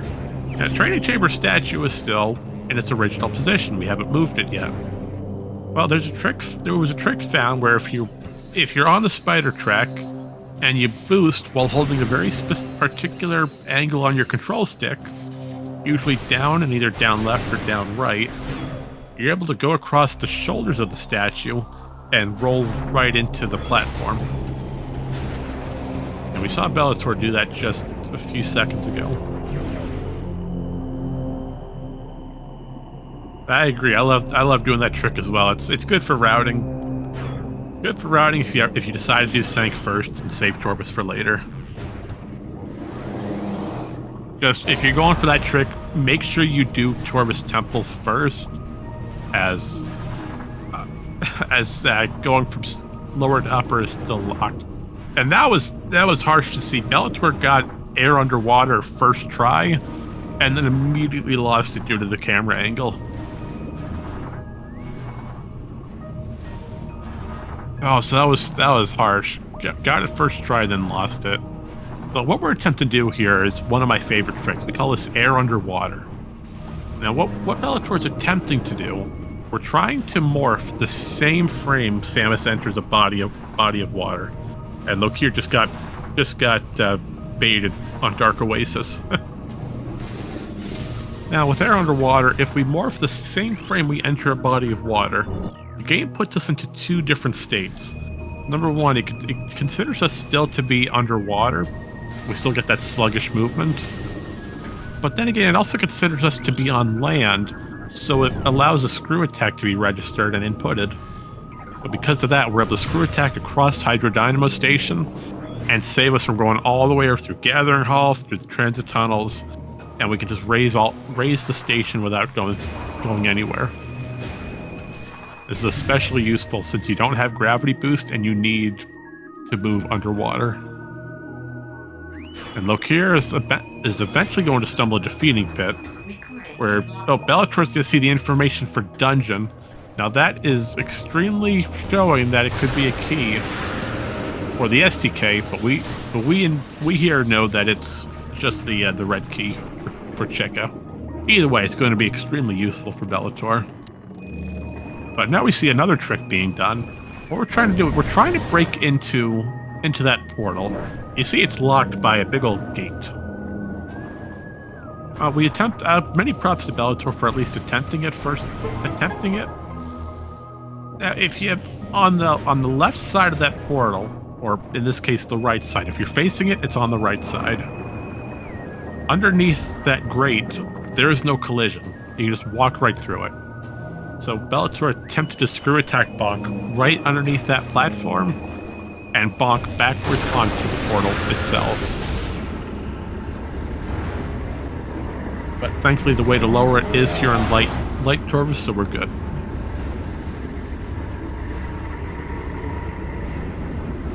Now this is going to get Belattor right into dungeon to get that red Cheka key, while Lokir gets Feeding Pit and says hello to an STK.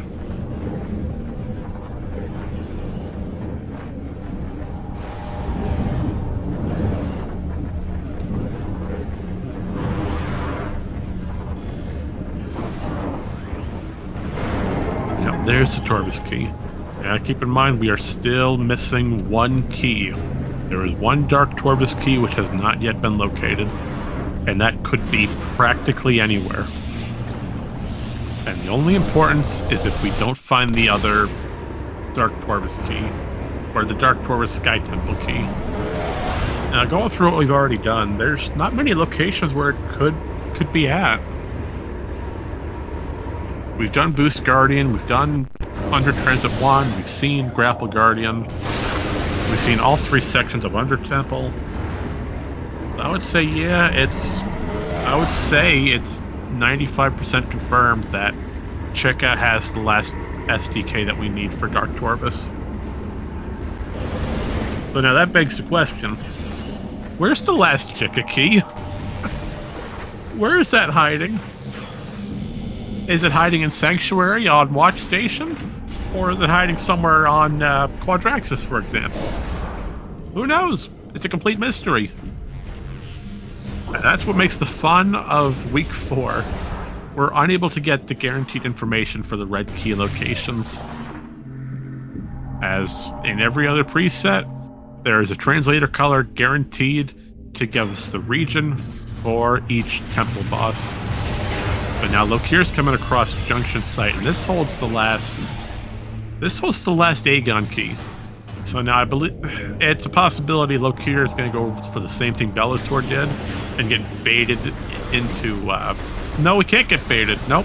Lokir found the key off of Feeding Pit first.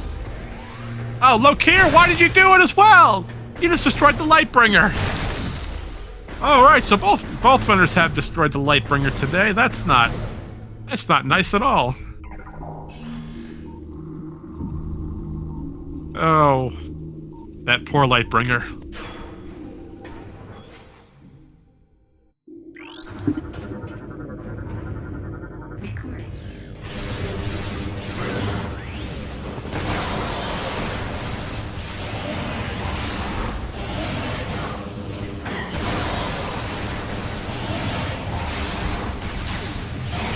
All right.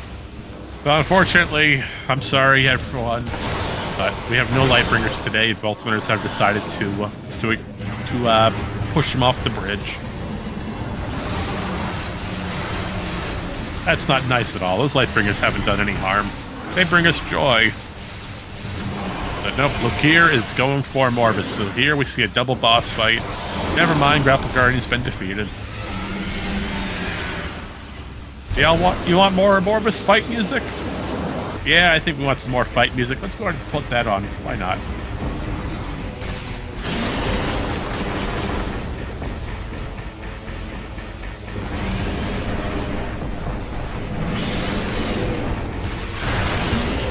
And you know what? That shows you, chat. Don't mess with the Lightbringers. Alright, so I mentioned this earlier with Belattor when he was doing the Morbus fight. We're going to see Lokir go for Worm Skip as well. Now, hopefully we don't get Worm Jam. KR, I see you wishing that.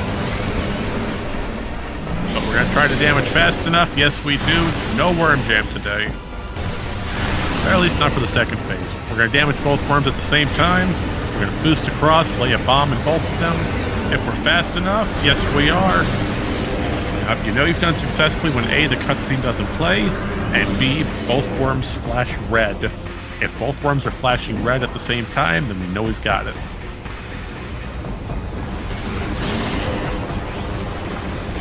And Charged Light Beam is the fastest way to do get these worms to their damage step. The other method would be Super Missiles. Light Beam's just a little faster.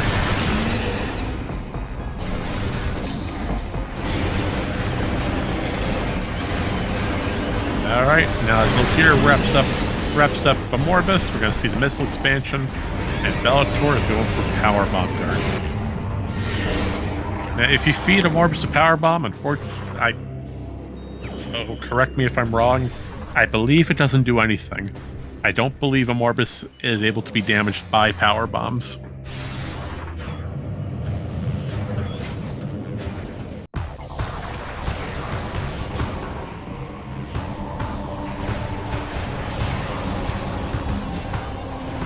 Alright, so I do have a correction. I apologize. I was misinformed. Now, Supers are equally fast when shooting them while airborne, or the ball light is faster if there's 2 or more worms.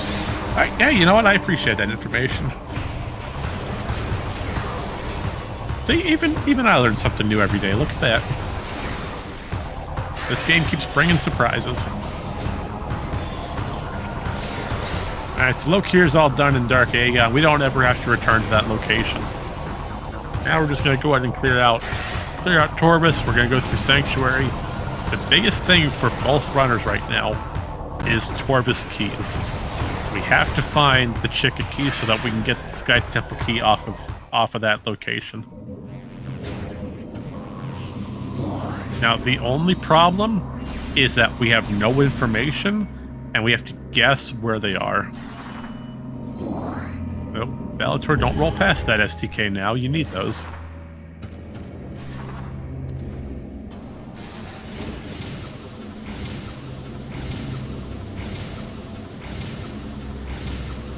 And once again, there's Sunburst. Yeah, Bellator's not too happy about Sunburst. That would have been great to fight Grapple Guardian. Now, as far as confirmation on Dark Torvus, it's not officially confirmed, but there's a 95% chance that the last STK is on Chica. There's little to no Dark Torvus checks left. Actually, I don't think there are any Dark Torvus checks left. If someone wants to run through the lists again. We've done Under Transit 1, we did Power Bomb Guardian, all 3 of them. We did Grapple Guardian, Dungeon. We did the entire Upper Dark Loop. I can't think of anything else in Dark Torvus where it could be.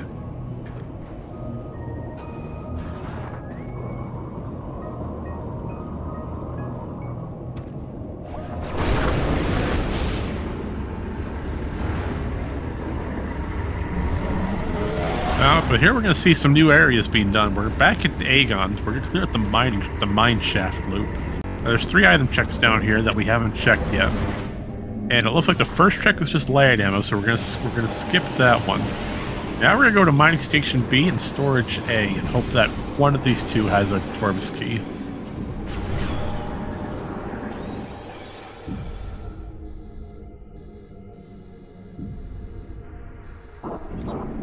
Alright, so it's not mining station B. Nope, but there's grapple beam on storage A. Look at that. I know we haven't needed that all game.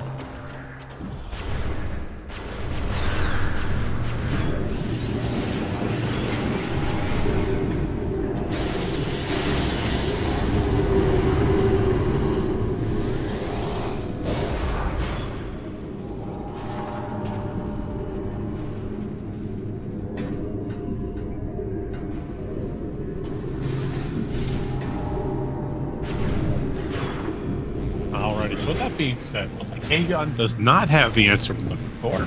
Mineshaft does not have any useful information. So Lokir is just going to take the Sanctuary elevator here on Spider's side, and we're going to continue through and clear out what we can. Now, Sanctuary and Hive have a lot of checks left. That's where most, if not all of our remaining checks are. Now, there's a handful scattered around. Dark Torvus might have one or two checks left. Dark Aegon and Aegon, we've practically full cleared at this point. Now, both runners are really set on heading for Sanctuary, clearing Torvus, not Torvus, clearing Inghive and Sank. We're really looking for that 1 key location. Now, Belattor does have 1 SDK that Lokir does not. And that SDK is the one off of Hive Entrance. So Lokir most likely will do Hive Entrance here on this first play through Spider side. Hopefully he does. As we gotta keep in mind, we are still missing an Inghive key.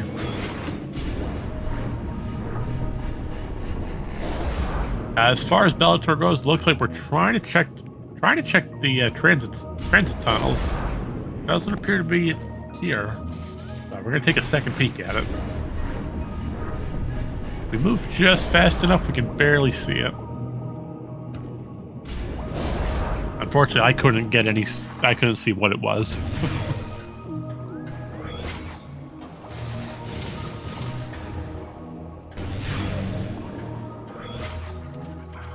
All right, but nope. Lokir is here in Inghive.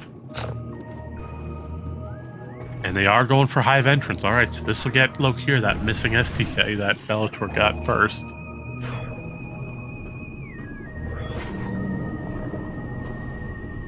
Right, now, as far as Belattor, is currently going through the transit tunnels. There's 1 more left. Unfortunately, we're unable to peek the item on Transit Tunnel East, just based on how far up it is, and we need gravity boost to move through that room. As stated earlier, gravity boost is used for both transit tunnels due to them being completely submerged. If we check Gathering Hall does not have the key that we need. It just has a energy transfer module on it. And here we see Lokir going right through Hive Entrance. Screw attack all the way over, using the light transport system to go to the top floor and jump right all the way across again. No, but it looks like Bellator's all done here in Lower Torvus. We're going to get out of here. Yeah, Lokir is not happy about that Hive Entrance location.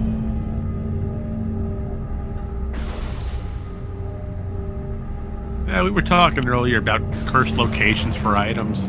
Hive Entrance, I'd say Hive Entrance is included in that cursed list. Yeah, you need light suit, you need power bombs, you need screw attack, space jump, and it's out of the way of everything else. It's a little bit of a walk just to get to a portal.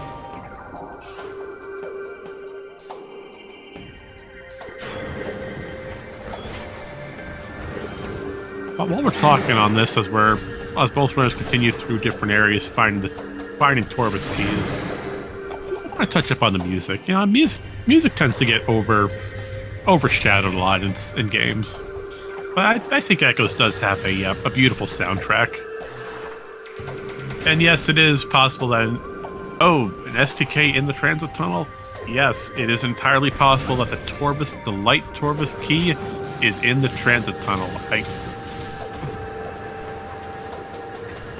Now, if the case is... Oh, actually, that's a fair point, Belattor. Thank you for pointing that out. Light Torvus, we're still missing the key on that. No, I agree with what you're saying. There's two locations. Technically three. Both transit tunnels, south and east and south, and Torvus Plaza. If Plaza doesn't have it, then it's almost guaranteed as there's no light Torvus checks left. It would have to be on the transit tunnel, and that would hard require us to find Gravity Boost. And that means Sanctuary really has some major information for us today.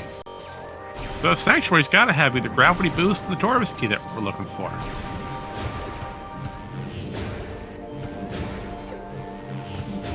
But that depends on if this light Torvus key is here in Torvus Plaza. Okay, so nope, we have another ETM off of Hive Gyro. So we're really running out of Hive checks for where stuff can be. Oh, when Bellator's showing off, that Dark Beam acts like an Ice Beam. And we're gonna destroy these Dark Commandos utilizing the Dark equipment itself. Alright, so I'm gonna need your eyes, chat. We're looking for an STK up here. Does Torvus Plaza have a key? It doesn't look like it. Having a hard time seeing it.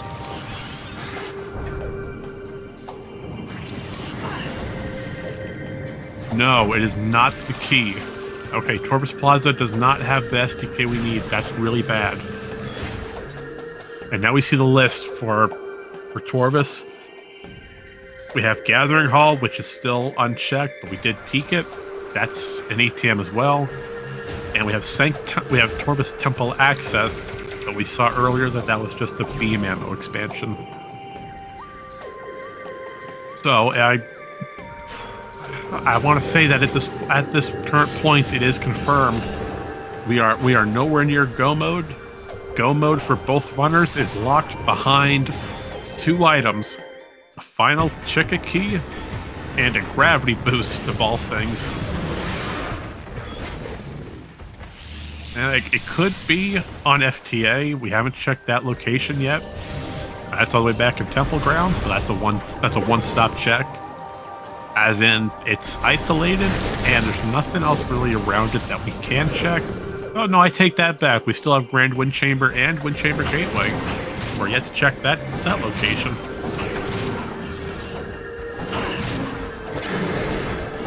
And the Grenchler is blocking the door. That's not very nice of the Grenchler to do. We want to leave. You can't keep us hiding here in this room for all eternity. Oh, we're just going to jump right over the Grenchler.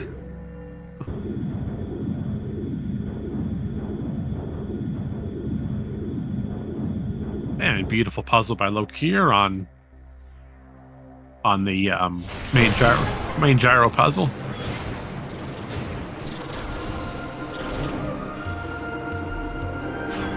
All right, so Belattor has entered not meeting grounds. This is Path of Eyes. We're in Path of Eyes.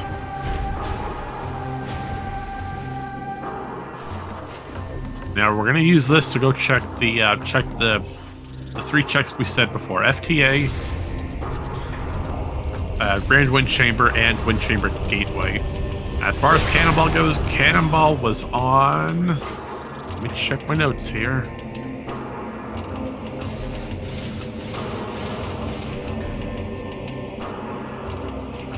Nope, I forgot to write down where Cannonball was. Oh, well, that's big information for Belattor. Gravity boost on wind chamber gateway. Well, oh no, I think Cannonball was on Boost Guardian.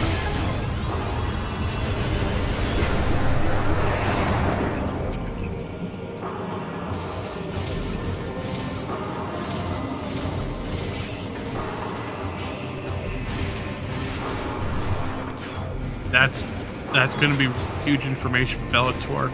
And to answer your question, chat, is Quadraxis a possible check if they get the keys? The answer would be yes, as we have everything we need to defeat Quadraxis. Now, on that note, we can do Quadraxis without the keys. There are two different methods that we can use. Method number one, we can use a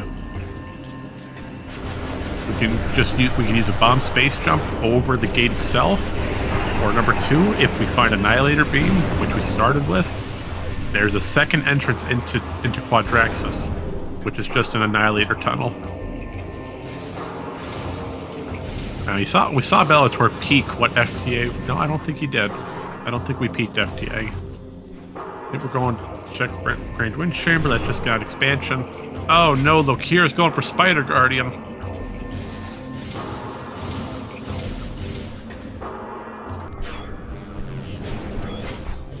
All right, we get to see a Spider Guardian. This scene is just oops all bosses, isn't it?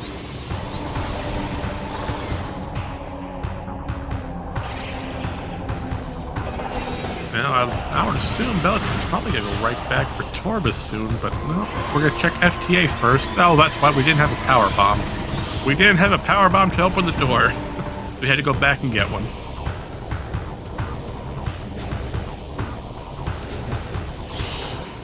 Alright, Lokir's having a bit of trouble with Spider Guardian. Not cooperating right.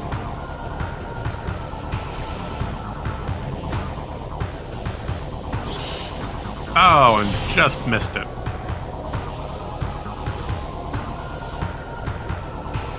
We gotta wait for Spider Guardian to come all the way back around. Now the bombs will hit him. Alright, now Bellator's going for FTA and the FNC ship. We have yet to check these two locations.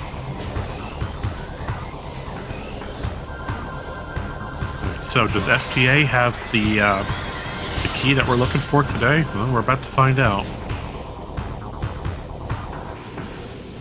We have... Alright, so we're in FTA. Drum roll, please. Oh, it is not. Just a power bomb expansion. Oh, and Bellator's going for Sanctuary, hoping that it's over in Sank. That makes perfect sense. There's a lot of Sanctuary checks left.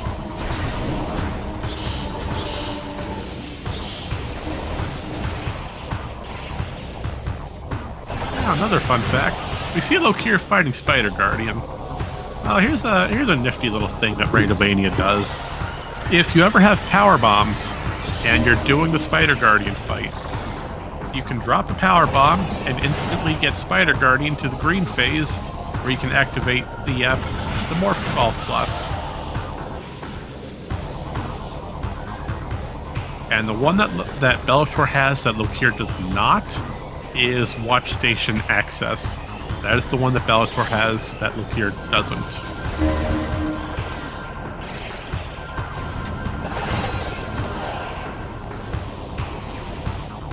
Now, another fun fact, if you use power bombs in the vanilla, if you're not using the Randomania program, Spider Guardian will instantly get vaporized and the fight will glitch out. You will not be able to leave.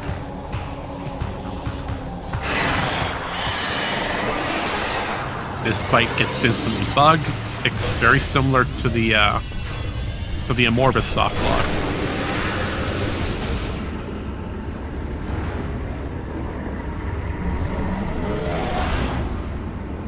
And you might have saw on Bellator's side just now that little mini quad, it just disappeared. That's another side effect of Cannonball. Cannonball just causes magic on those mini quads and forces them to disappear. And unfortunately, Sank Map is not the proper location. Oh, this is rough. Is it Hive Dynamo? No, that's an E-Tank. We are running out of checks fast, folks. We are seriously running out of locations.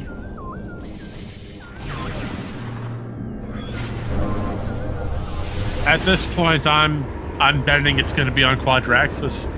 Either that or Tumos for the last Chica key.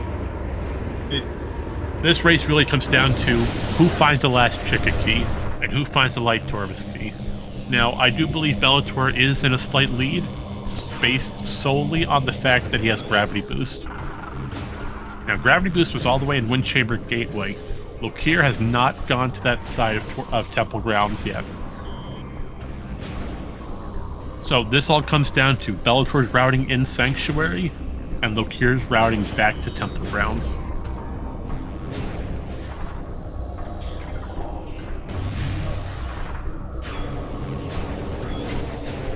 Oh, this is going to be a very interesting race. You know, we're 2 hours in, so that's our 2-hour rundown. So with that being said, for those of you who are just tuning in, welcome to the final race of week 4 for this Echoes tournament. As of right now, both runners are still searching for Dark Torvis keys and Gravity Boost. Now, on Lokir's side, Lokir just picked up his second Dark Torvis key. We are still missing one. Furthermore, Lokir needs to find Gravity Boost, which is off of Wind Chamber Gateway back in Temple Grounds. There's not a good way to route that in. So right now, it looks like we're just going to start clearing out Sanctuary, do all the checks possible, and hopefully stumble across the Chica key. In the blue corner with Belattor. Bellator is in almost the same condition. The exception is that Belattor has the key off a watch station that Lokir recently picked up, and Belattor went back to Wind Chamber Gateway to get the Gravity Boost. Now, there's no information, there's no hint that Gravity is over there. And the reason we need Gravity is due to the Light Torvis SDK has an extremely high possibility to be on one of the 2 transit tunnels. And those transit tunnels are hard-locked by underwater. So we're going to see which Sank routing is best. We're just going to stumble across their major progression first. So, once again, grab a bottle of water, grab something to drink, remember to stay hydrated, sit back, and enjoy the race. And that's a nice little visual. Lich using Cannonball on the glass, which breaks it, and that little puzzle is just floating in midair.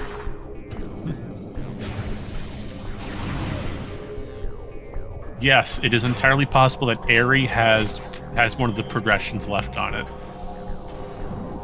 And if Airy does, that's going to be extremely hilarious.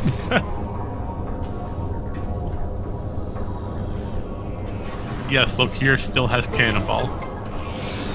That Cannonball has not been lost yet. Keyword is yet, and now we see Bellator just making a quad just disappear. Don't you love making things disappear? It's magic! You know, we're magical here in Echoes today. Full of whimsy and wonders. Alright, I'm running out of adjectives, it looks like.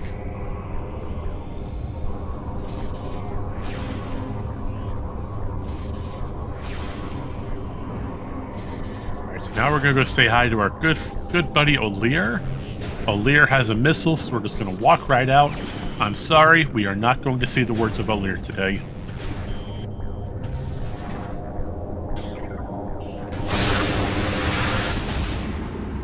Now, this race is very...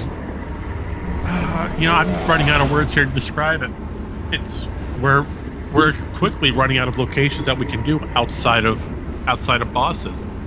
Spider Guardian, Airy, Quadraxis. There's a key on ATS. There's a red key on ATS. There's the last Torvis key. Okay, Lokir has a slight advantage. But Lokir also has a disadvantage. There is no knowledge on Gravity Boost, and it looks like Lokir is going for Quadraxis, hoping that Gravity is on Quad Fight. Oh, we've got a race going on, folks.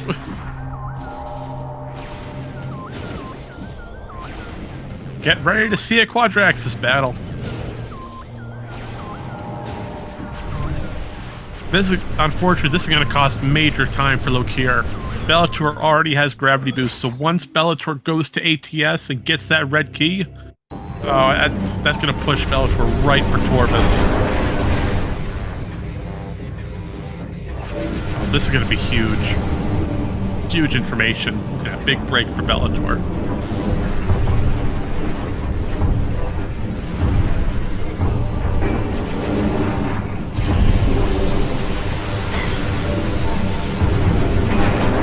Alright, so when it comes to the Quadraxis fight, there's not too many ways that we have to really speed this up. This is all based on the different phases and cycles. For this first phase, we're aiming to destroy the kneecaps. Quite literally, we're putting an arrow in the knee for the quad. Once all 4 kneecaps are blown up, we can move on to phase 2, which involves a combination of Echo and Echo and Annihilator or Light Beam. And then phase 3, we're just boost balling onto the Quadraxis head module to end the fight. Phase 1 is over. Now we're at phase 2 of the quad fight. We're going to use Echo Visor to see and lock onto this little central communication piston. We're going to blow that up. And then we're going to blow up the same one on the head module. There's three rounds to go. That's round 1. And we come down to round 2.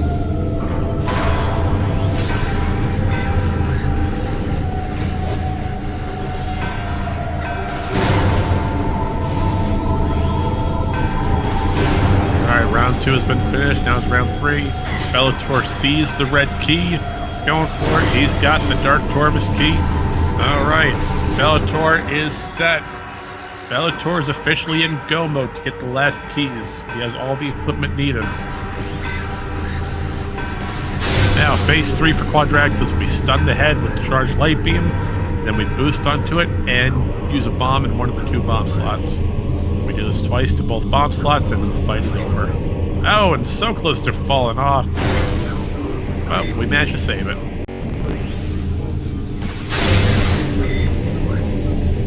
Alright, phase 3, here we go. This will be the last hit on Quadraxis. Belattor is going for the lower Torvus elevator. Perfect routing. We're on the head. There goes Quadraxis. The fight is over. And that's just a missile expansion. Lokir does not seem to be happy about that.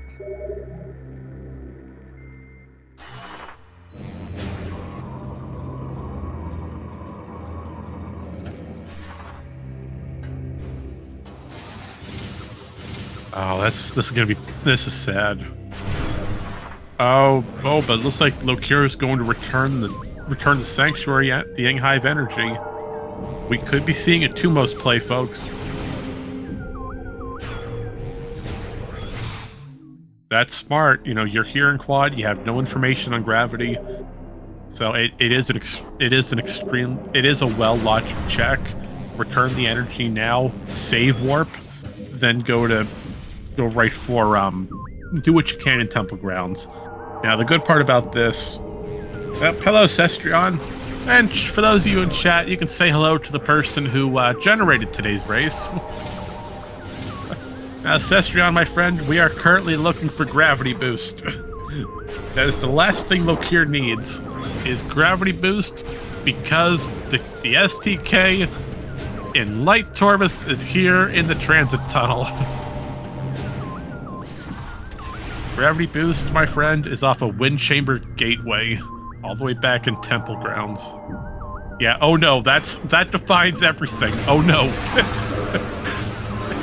Yeah, this is painful.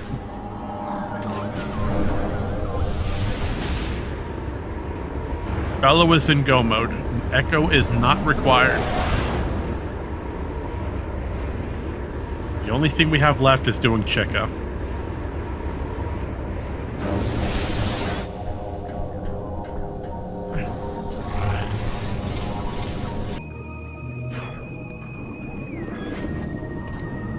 Oh, and thank you for the kind words, chat. That's very, very nice of you to say. But Gravity, once again, is on Wind Chamber Gateway. That is the location Lokir needs to get to finish this game. Unfortunately, based on this current route and where we're looking, we just picked up the Hive energy off of Quadraxis.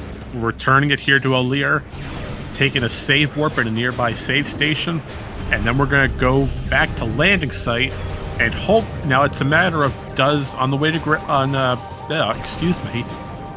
I can only suspect that Lokir is going to take the temple assembly site elevator to Great Temple, check Tumos, then take the elevator towards GFMC and hopefully check the wind chamber area. And hey, when you're in an elevator just sitting there waiting, you gotta do something to pass the time. Why not work out a bit, get some laps in. It's always good to exercise.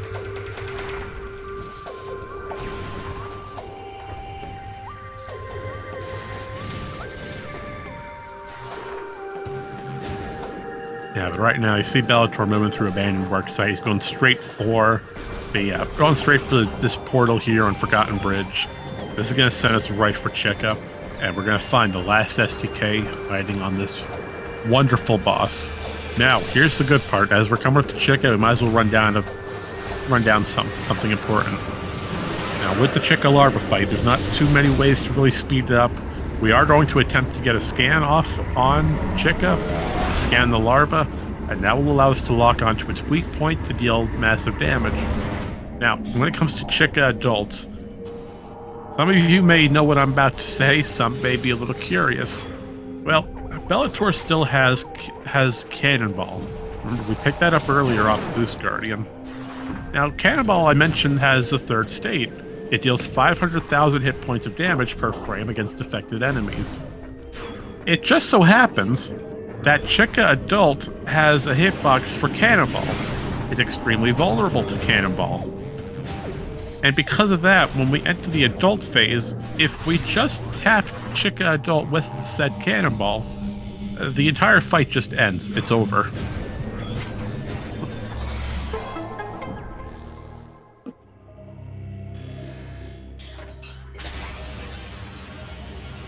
Yes, that is entirely in short. The Chica Adult will have a very short lifespan. So for Chica Larva, the best thing we're going to use here is Light Beam while it's in the water. We're going to use Light Beam Spread Effect to get as much off on Chica Larva as possible.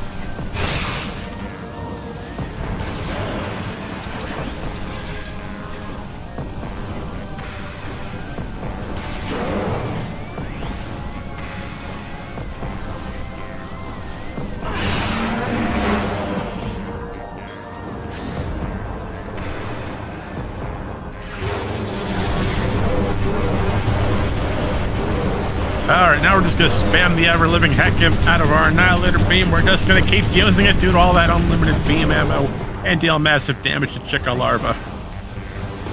Now we're going to wait for the second phase. It'll pop right out. We'll spam Annihilator again. Chica Larva will be over. Then comes the adult phase. Lokir, unfortunately, is still going through Sanctuary, hoping to find Gravity Boost. There is no luck as of yet.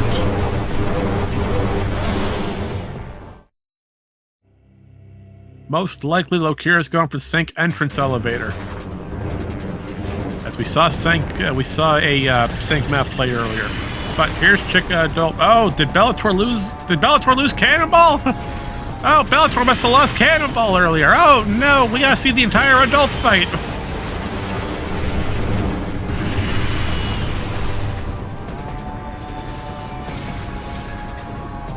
Oh, that's interesting. Did we? Nope, we got it. Okay, we just had to get a stun. We're good. There's that STK. Bellator's got the last one. We can go straight to the end game area. We are set. That's go mode. That was a very interesting cannonball attempt. I'm sorry.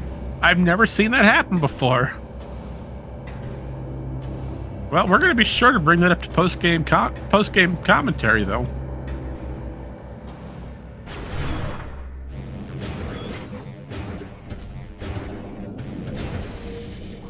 Alright, but with that being said, we're going to look at a solid 2:25 possibly. I'm saying another 10 minutes, give or take. Probably less to get all the fights done if we do it fast enough.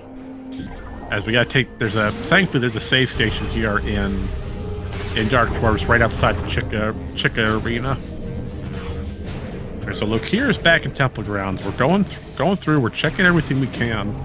Still hunting for that gravity. We're going to check FTA. Realize, oh, I'm sorry, that's not what we're looking for today. That's just a cheeseburger.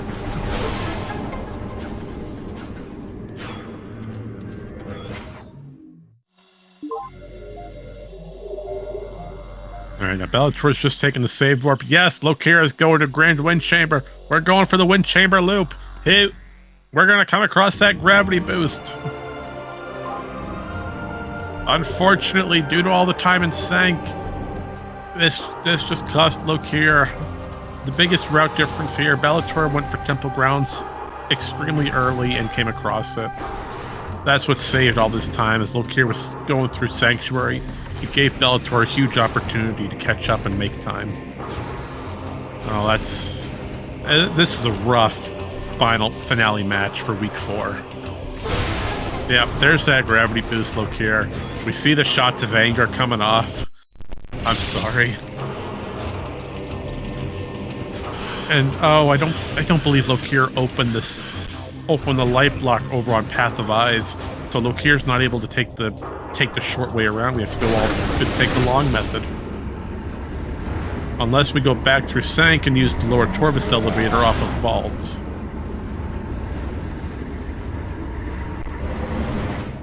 Yeah, I think that might be the best option. Take the one off of Vault, maybe, or go through Meeting Grounds and head into Lagoon. As fans, you could just go right for Chica first, then leave Transit Tunnels for last, as there is a save station off of Hydro Dynamo Station, but it's all a matter of how you want to route it. Oh, never mind. We just return the energy. We can take the Tumos warp. We do two modes, return the energy, go right to Torvus Energy Controller, thanks to the light transport system. With that being said, Belattor has entered Sky Temple Gateway. We are going right for the Emperor Ring fights. This race is almost over, my friends. Now, Emperor Rings 1, 2, and 3. Emperor Ring number 1, we're going to use, as far as the quick kill methods go, for the first phase, we're going to use Light Beam or Annihilator on the 4 tentacles to force it to reveal the core. Then once the core is shown, we're going to spam Annihilator shots and try to get a 1 cycle. And and Tumos was just a missile expansion, so that's harsh. But we are going to use that light transport. Emperor Ring 2, thanks to us having Cannonball and Light Suit, we take no damage here while in Morph Ball mode. So we're going to roll around Emperor Ring's 2 exoskeleton and blow up the little mini tentacles that pop out of the crevices. Then comes Emperor Ring 3. Emperor Ring number 3, we're going to use Screw Attack on the underside. Now, why do we do that? Well, I'll explain when we get there. But here we're going for a 1 cycle. Bellator gets a nice 1 cycle on Emperor Ring 1. Now we're going for Emperor Ring 2. We're going to roll around, force the little mini tentacles to pop out, and blow them up.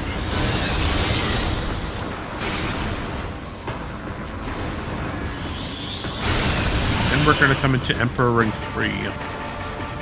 Now, in short, there was meant to be an additional damage step to Emperor Ring 3, where you would destroy some protective armor on its feet. That phase was removed, but the hitbox was left over from developer testing.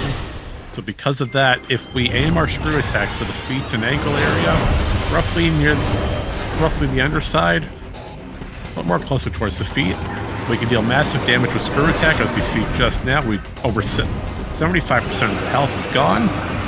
We can do it again, and the fight will be over. Oop, almost. Almost got him. One more attempt should do it. There we go. Emperor 3 is down. Alright, so while Belattor goes 4, Dark Samus 3 and 4. On the other hand, Lokir is just entering Dark Torvus. We're going straight for Dark Torvus Temple to fight Chica. Belattor, on the other hand, we're coming up to Dark Samus 3 and 4. Now we do have double damage. Yeah, we do have double damage. So we're going to fire, I believe it's either 10 to 11 Annihilator shots and 1 lemon. That 1 lemon's going to cause a citrus overload in Dark Samus 3 and start forcing her into Dark Samus 4. We're going to attempt a stun lock with Dark Beam and missiles. We'll see if we can get it. So we're going to do a very specific amount of damage here. Now we have Dark Samus charging. Now we're going to go for the attempted stun lock. We're going to wait for Dark Samus to come down onto the ground first.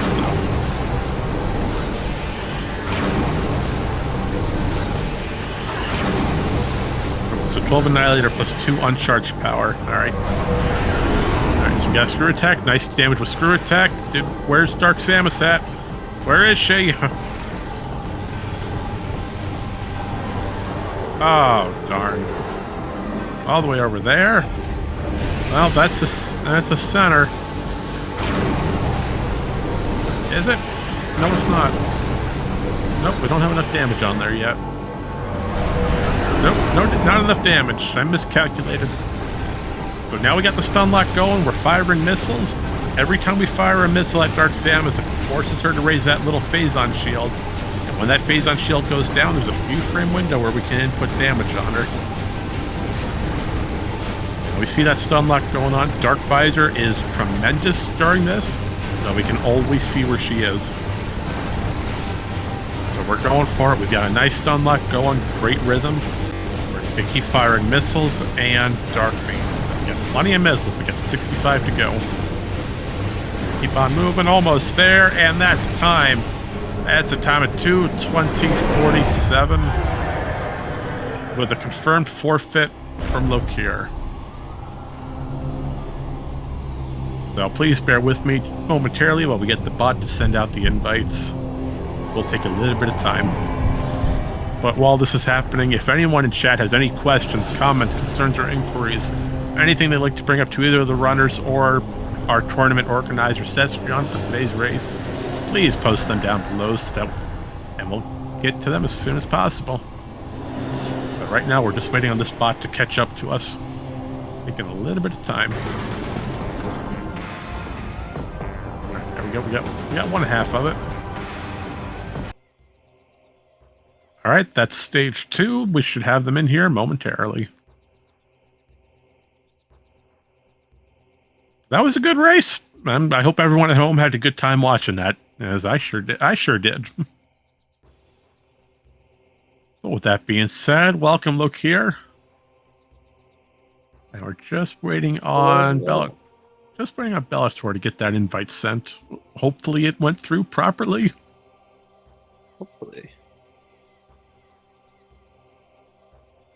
Oh, I have things to say once Bellator gets in here. Yeah, bear with us. All right, welcome both runners. Bellator, Hello. Lokir, thank you for joining us. GG is all around. GG's, well played. So that being said, I guess we have one main question.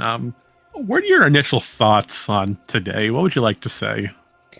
I don't like that this preset doesn't give me hints, because what the heck? Well, welcome to the prime life. Yeah. I know. I raced that game too, but that game's a lot smaller. That's fair. Oh, Bellator, man. what about you, Bellator? Initial thoughts? To be fair, I did see a tournament seed years ago with a preset like that, and I both enjoy and hate it at the same time. Yep. Yep. I So mean, the first, I would say the first half hour, I liked it a lot, mhm. but then I brain fought the light beam. I forgot to pick it up and had a little backtrack to do. But after that, it went smoothly until I realized we needed both the Torvus keys and the gravity boost. Yep. Yep. So what happened to me was my first hour was basically perfect. I had hints at 59:58. I remember looking at the timer. Right. 59 minutes, 58 seconds. I got my hints. I immediately decided to go to Torvis. Discovered that I needed all the Torvis keys and gravity boost. And so then I was like, okay, well, I just have to full clear the game now. And it took me until like 2 hours and 18 minutes to find gravity boost. So Yeah, that was the biggest. The biggest concern was Bellator. You had a really awkward early game. Lokir, your late game was the big headache. I just didn't go where the items were, and I lost. That's completely that's how randomizer goes. I mean, to put it fairly, both of your initial games, I'd say between for about a half hour to an hour mark, it was beautiful. You both were going head to head, neck and neck. But then the route differences started. I mean, Bellator, you did more Torvis and Temple Grounds cleanup. Lokir, you were set on Sanctuary for the longest time. Yep. Oh, I understand something now. But we do have some questions being posed in chat. Where do they go? There it is. Bellator, this one's directed to you. What are your initial thoughts leaving Torvis without space jump the first time? You went to Underground Temple, then you left without finding the space jump on Torvis Grove.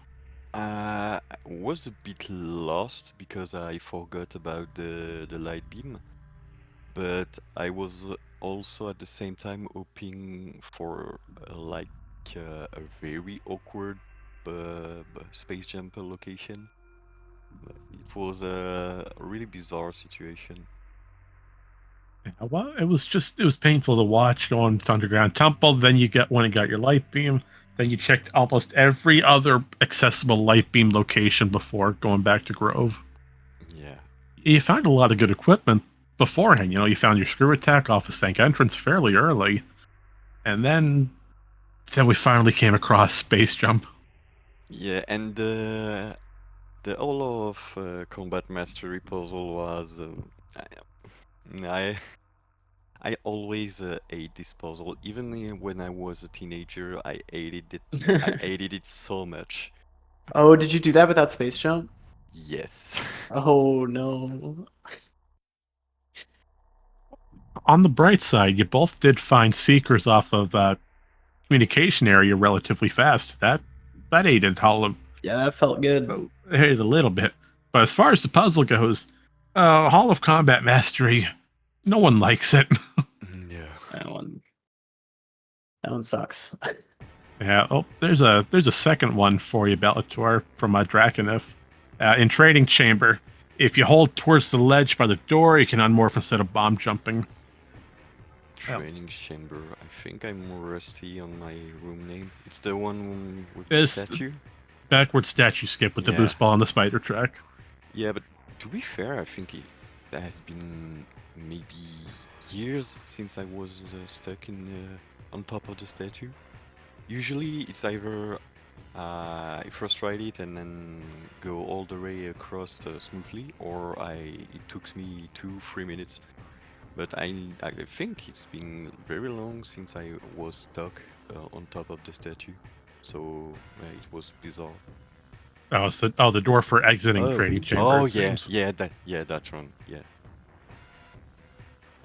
Look here. There was one big concern that we were all wondering. Oh boy. That was your gravity boost hunt at the end. Yeah. I mean, what was your initial thoughts in trying to find it? Well, there's no hints. There's no translators. So my thought was full clear the game as efficiently as possible. So I chose areas in an order, and I chose Aegon first. After I finished up Torvis, and I realized I needed to full clear the game, basically, I chose areas in the order of Aegon, then Sanctuary, then Temple Grounds. And that didn't work out. So. No, unfortunately, one of the very few checks left in Temple Grounds had the answer. Yep. Yeah, that it did. Let's see. What other information do we have here? I guess we can, as we always do, we touch up on the STK locations. Let's see. Was there any... How do you feel about your STKs today? Bad. Very bad. be- I had like a that's- full tracker. That's When a I got simple hints. answer. I mean, yeah, I picked up hints an hour in with practically a full tracker. I was missing light suit and gravity boost. I had everything else. And I picked up my hints, and then there were 2 STKs I couldn't get. So, you know, that's life. I like it when I gamble, like quote unquote gamble the Hive entrance and it was an STK. It was much appreciated rather than doing quad, for example, or to do Hive gyro, dark eye gyro, Hive gyro. No, what's the name again? Main gyro chamber and hive gyro. Hive gyro, yeah. Mm. I really didn't want to go that way, so I gamble on Hive entrance and it was a hit there, so it was nice. Yeah, your gamble paid off wonderfully. Yeah, you went right for you did Spider's Treasure fairly early, even without space jump. You went for it, and then you went all the way to Hive entrance, and luckily your gamble paid off. You never had to go towards that area ever again. Yeah. Let's see. Red keys. Your Torvis key locations absolutely sucked, did they not? They were horrible. I Yeah. think there were like 2 in Sank. Yeah. There was 1 in dungeon, One in dungeon. watch one station in access, Watch and station ATS. and Yeah. ATS, yeah. Yeah, so And like watch my station. Sank play wasn't wrong because I needed to get those 2 keys. Yeah. I think it was just I wasted a lot of time in Aegon and a lot of time in Sank. I didn't leave Sank. I kept doing fights. I did Spider Guardian and Quad. That wasted a lot of time. Yeah. Oh, you did both. Uh-huh. Oh, that hurts. That wasted a lot of time. Yeah. But I mean, again, there are no hints. Spider Guardian locks 3 checks, Quad locks 2 checks. I mean, Yeah, I don't know. That's the pain. It was a with gamble. This week. yeah. This it's a week is just a gamble. pain for us. Yep. And normally you get your red key information, get all your regions, say, okay, I know I need to focus in this region to unlock that boss. Okay, we're good. But with that no knowledge, everything you did was completely made sense, you know? Spider Guardian had 3 checks on it, Quad had 2 on it. Full clear, do a nice big old circle to get back to an elevator. Yep. You know, I probably could have been more. I could have done less bosses, and I think I could have routed nicer, but that's a different kind of gamble. You know, I guess that's just the type of player I am. Where if the check is available to me, and I don't know any better, I might as well do it. And today, that wasn't the answer. I saw you picked up the Echo Visor, Lokir. Yes. At the end, it was something that scares me a lot because I ignore it. Like in my head, I was like, if Echo Visor is required, I'm done. I lose. So I got that when I got ignored it. hints. Yeah, the funny thing is I didn't have the space jump the first time I saw Dark Riser. Oh. So when I got the hint, I didn't have the Dark Riser. Okay, yeah. And that thing I was like, if I don't want to go back to Echo Visor, it wastes too much time. If Echo Visor is required, GG to you, but hopefully it wasn't. Yeah. Yeah, the gamble paid off, thankfully. Oh, let's see. Well, since we're talking item locations, let's see. What else do we have on this? Well, I guess we go with your runner's agreements. You both agreed to shuffle in power beam, which in turn led to super missiles not being able to be used. That didn't really matter at all, did it? Based on the like location. 2 rooms apart. Yeah. Yeah. But having Annihilator beam first compared to power beam, how did that affect either of your early routes going into this? You just kind of need to be aware of like some early game bosses, like damage, like restrictions with Annihilator, like that one gate right near the start of the game, and also like Bomb Guardian come to mind. Like you need to charge for Bomb Guardian. You can't hit it with DMT, DMT. if you push it past You the can get gate, locked. yeah. That's never Usually fun. you learn it the hard way. Hmm. I was kind of one of the people that like spearheaded like this sort of preset as like a week 5 thing for weeklies a few years ago, Yeah, and so I'm kind of used to how like the logic gets affected by these by like yeah. starting with See, Annihilator. But it was fun when we had this in week 5. oh yeah, excited for it to come back around.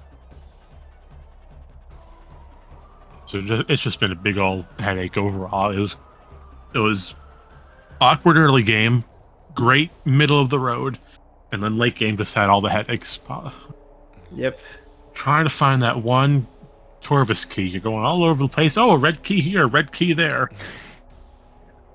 When But I before, when I entered the aerial training site, when I saw the 2 red key, I was laughing so hard.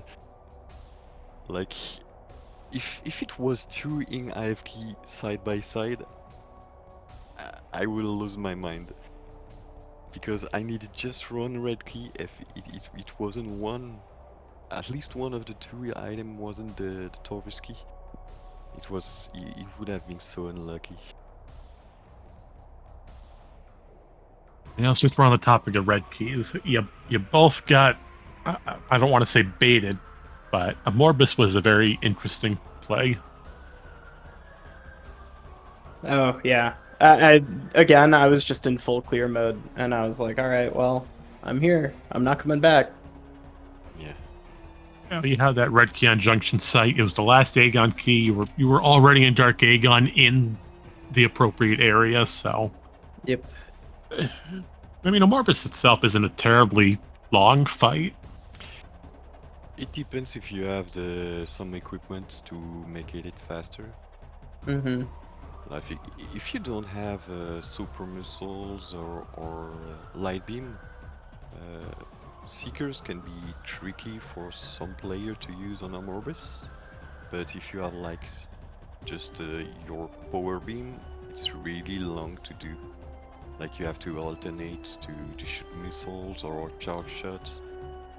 Or if you can do, like I can do the worm skip without boost. So if you don't have boost, you have an additional worm to fight as well.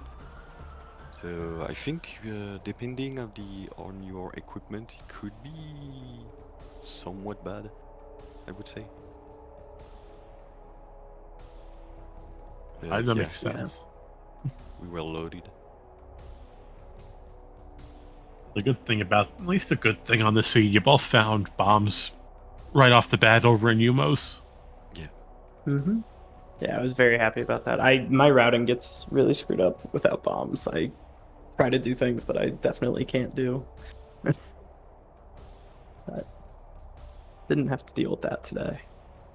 Nope, we got luck. We got lucky on that one. I guess we're gonna start wrapping up then.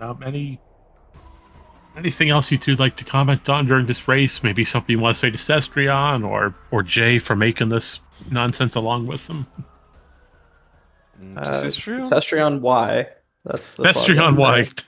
say. That's the quote for today. Yeah. But I had fun, and Yeah. that's all that matters. Absolutely. So I guess with the race standings, Bellator, that's your first one, is it not? Sorry? Or did I get this backwards? What's the bracket look like? Wins and losses? I think Bellator's up to 1 and 3. I'm down to Yeah. 0 and 4. All right. Yeah.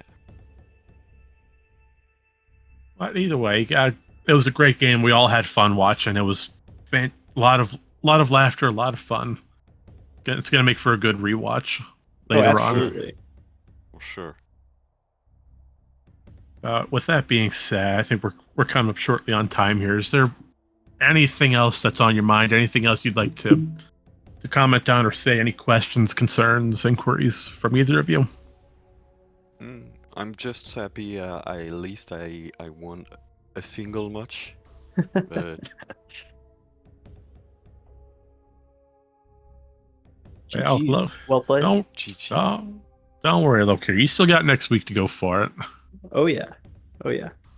And next week's going to be a one interesting change, as each race is going to be extremely different from the last. So with that being said, before we sign off our program, unfortunately this is the last race of week 4. We have concluded week 4. Echoes players, you get to have your hints back next week. Woo! That's a good thing. Yeah, week 5, that will be starting tomorrow. The scheduling is ongoing right now, so we might see one on Monday, we might not. That depends on the scheduling down the road tonight. But week 5, we call Pick Your Poison. Your starting location is random outside of Sky Temple, but during the scheduling phase, everyone gets to decide what items they want to start with. They get to select 2 items. Now, if racers pick the same items, tournament organizers will add in a random item so that the total items starting adds up to 4. So, hey, we could see literally any combination happen. So with that being said, Lokir, Belattor, thank you again for joining us here today. It was a fantastic match. We all had a great time. Thank you And for commentating. Oh, of course. Thank That's what you. we're here. That's what we're here for. Always here to bring the fun and the joy. As long as you had fun, that's what matters. True. True. On that note, thank you everyone for joining us here at Speed Gaming. You know, many thanks in advance to Speed Gaming for hosting us on their channel each and every year. Yeah, with it, we greatly appreciate it. And on that note, again, no more races tonight. We'll let you know as soon as we have more information. But if you'd like to keep up to date with the bracket information as well as our community posted below, you can follow either the runners on their channels respectively if you'd like to get more content from them. And don't follow me, you're not going to see anything. I don't use Twitch. But with that being said, have a good night, everyone. We'll see you next mission. See you next mission. See ya.